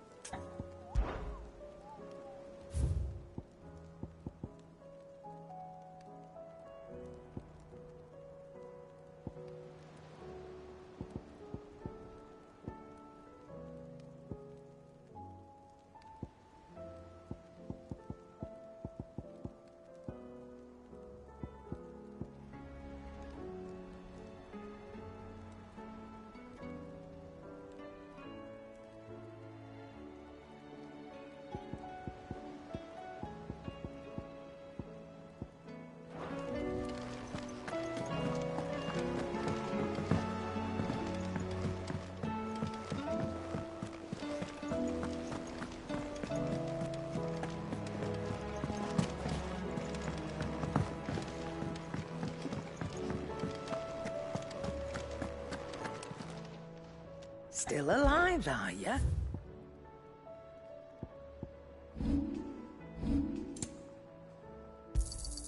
It'd better all be here. You'll not find a better price than that. The stew's awful. Trouble with your gear, or something for you, dear?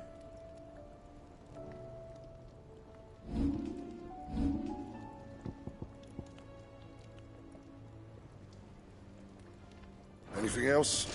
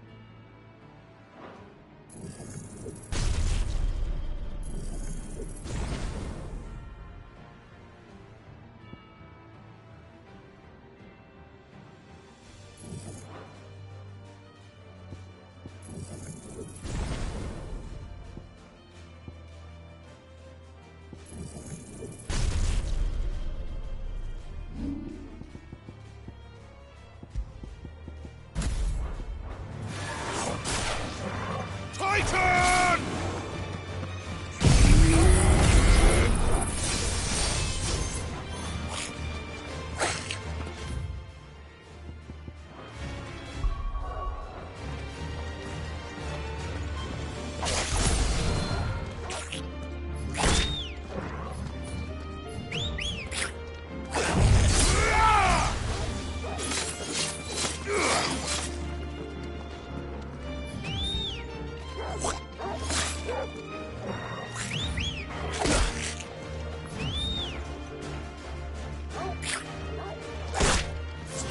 There's a good boy.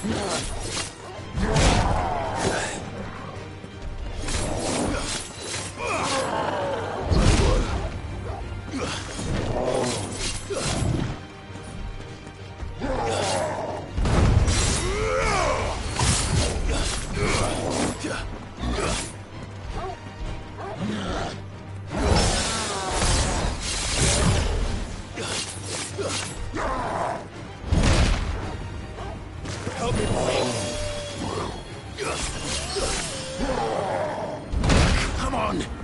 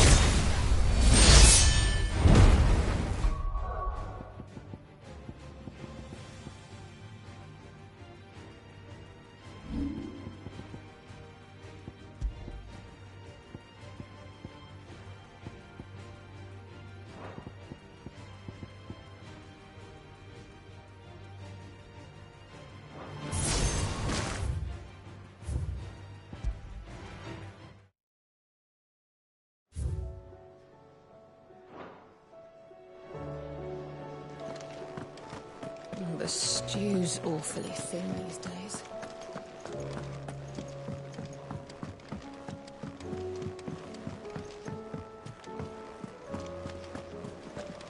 Covered in nicks and lumps, the lot of them. It's a...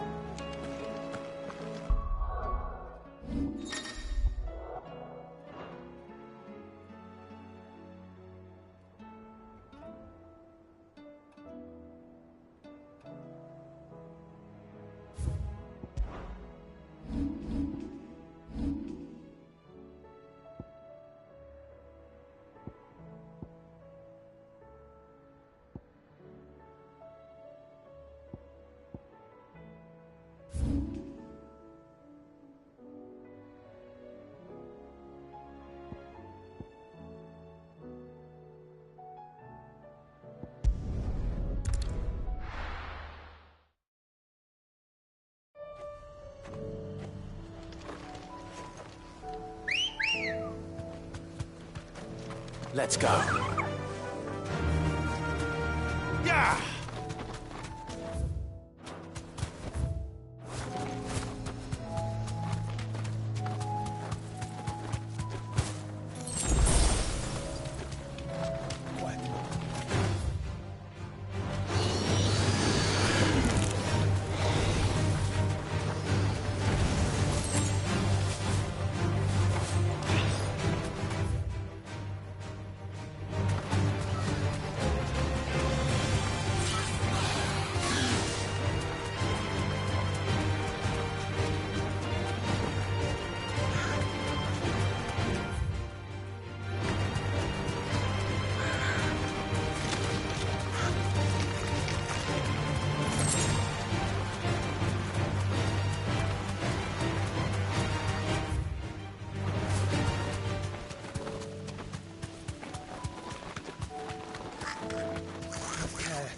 No need to ride from here.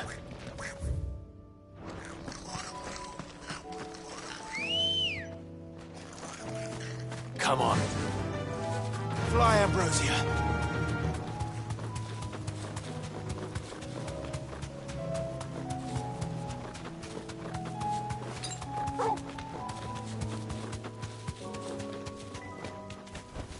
That'll do, girl.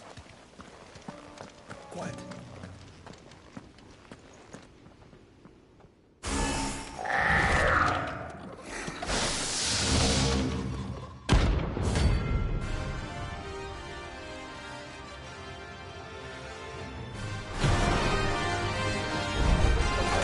Looks like I'm working something up.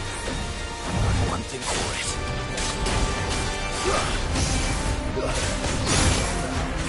Nice try. Boy.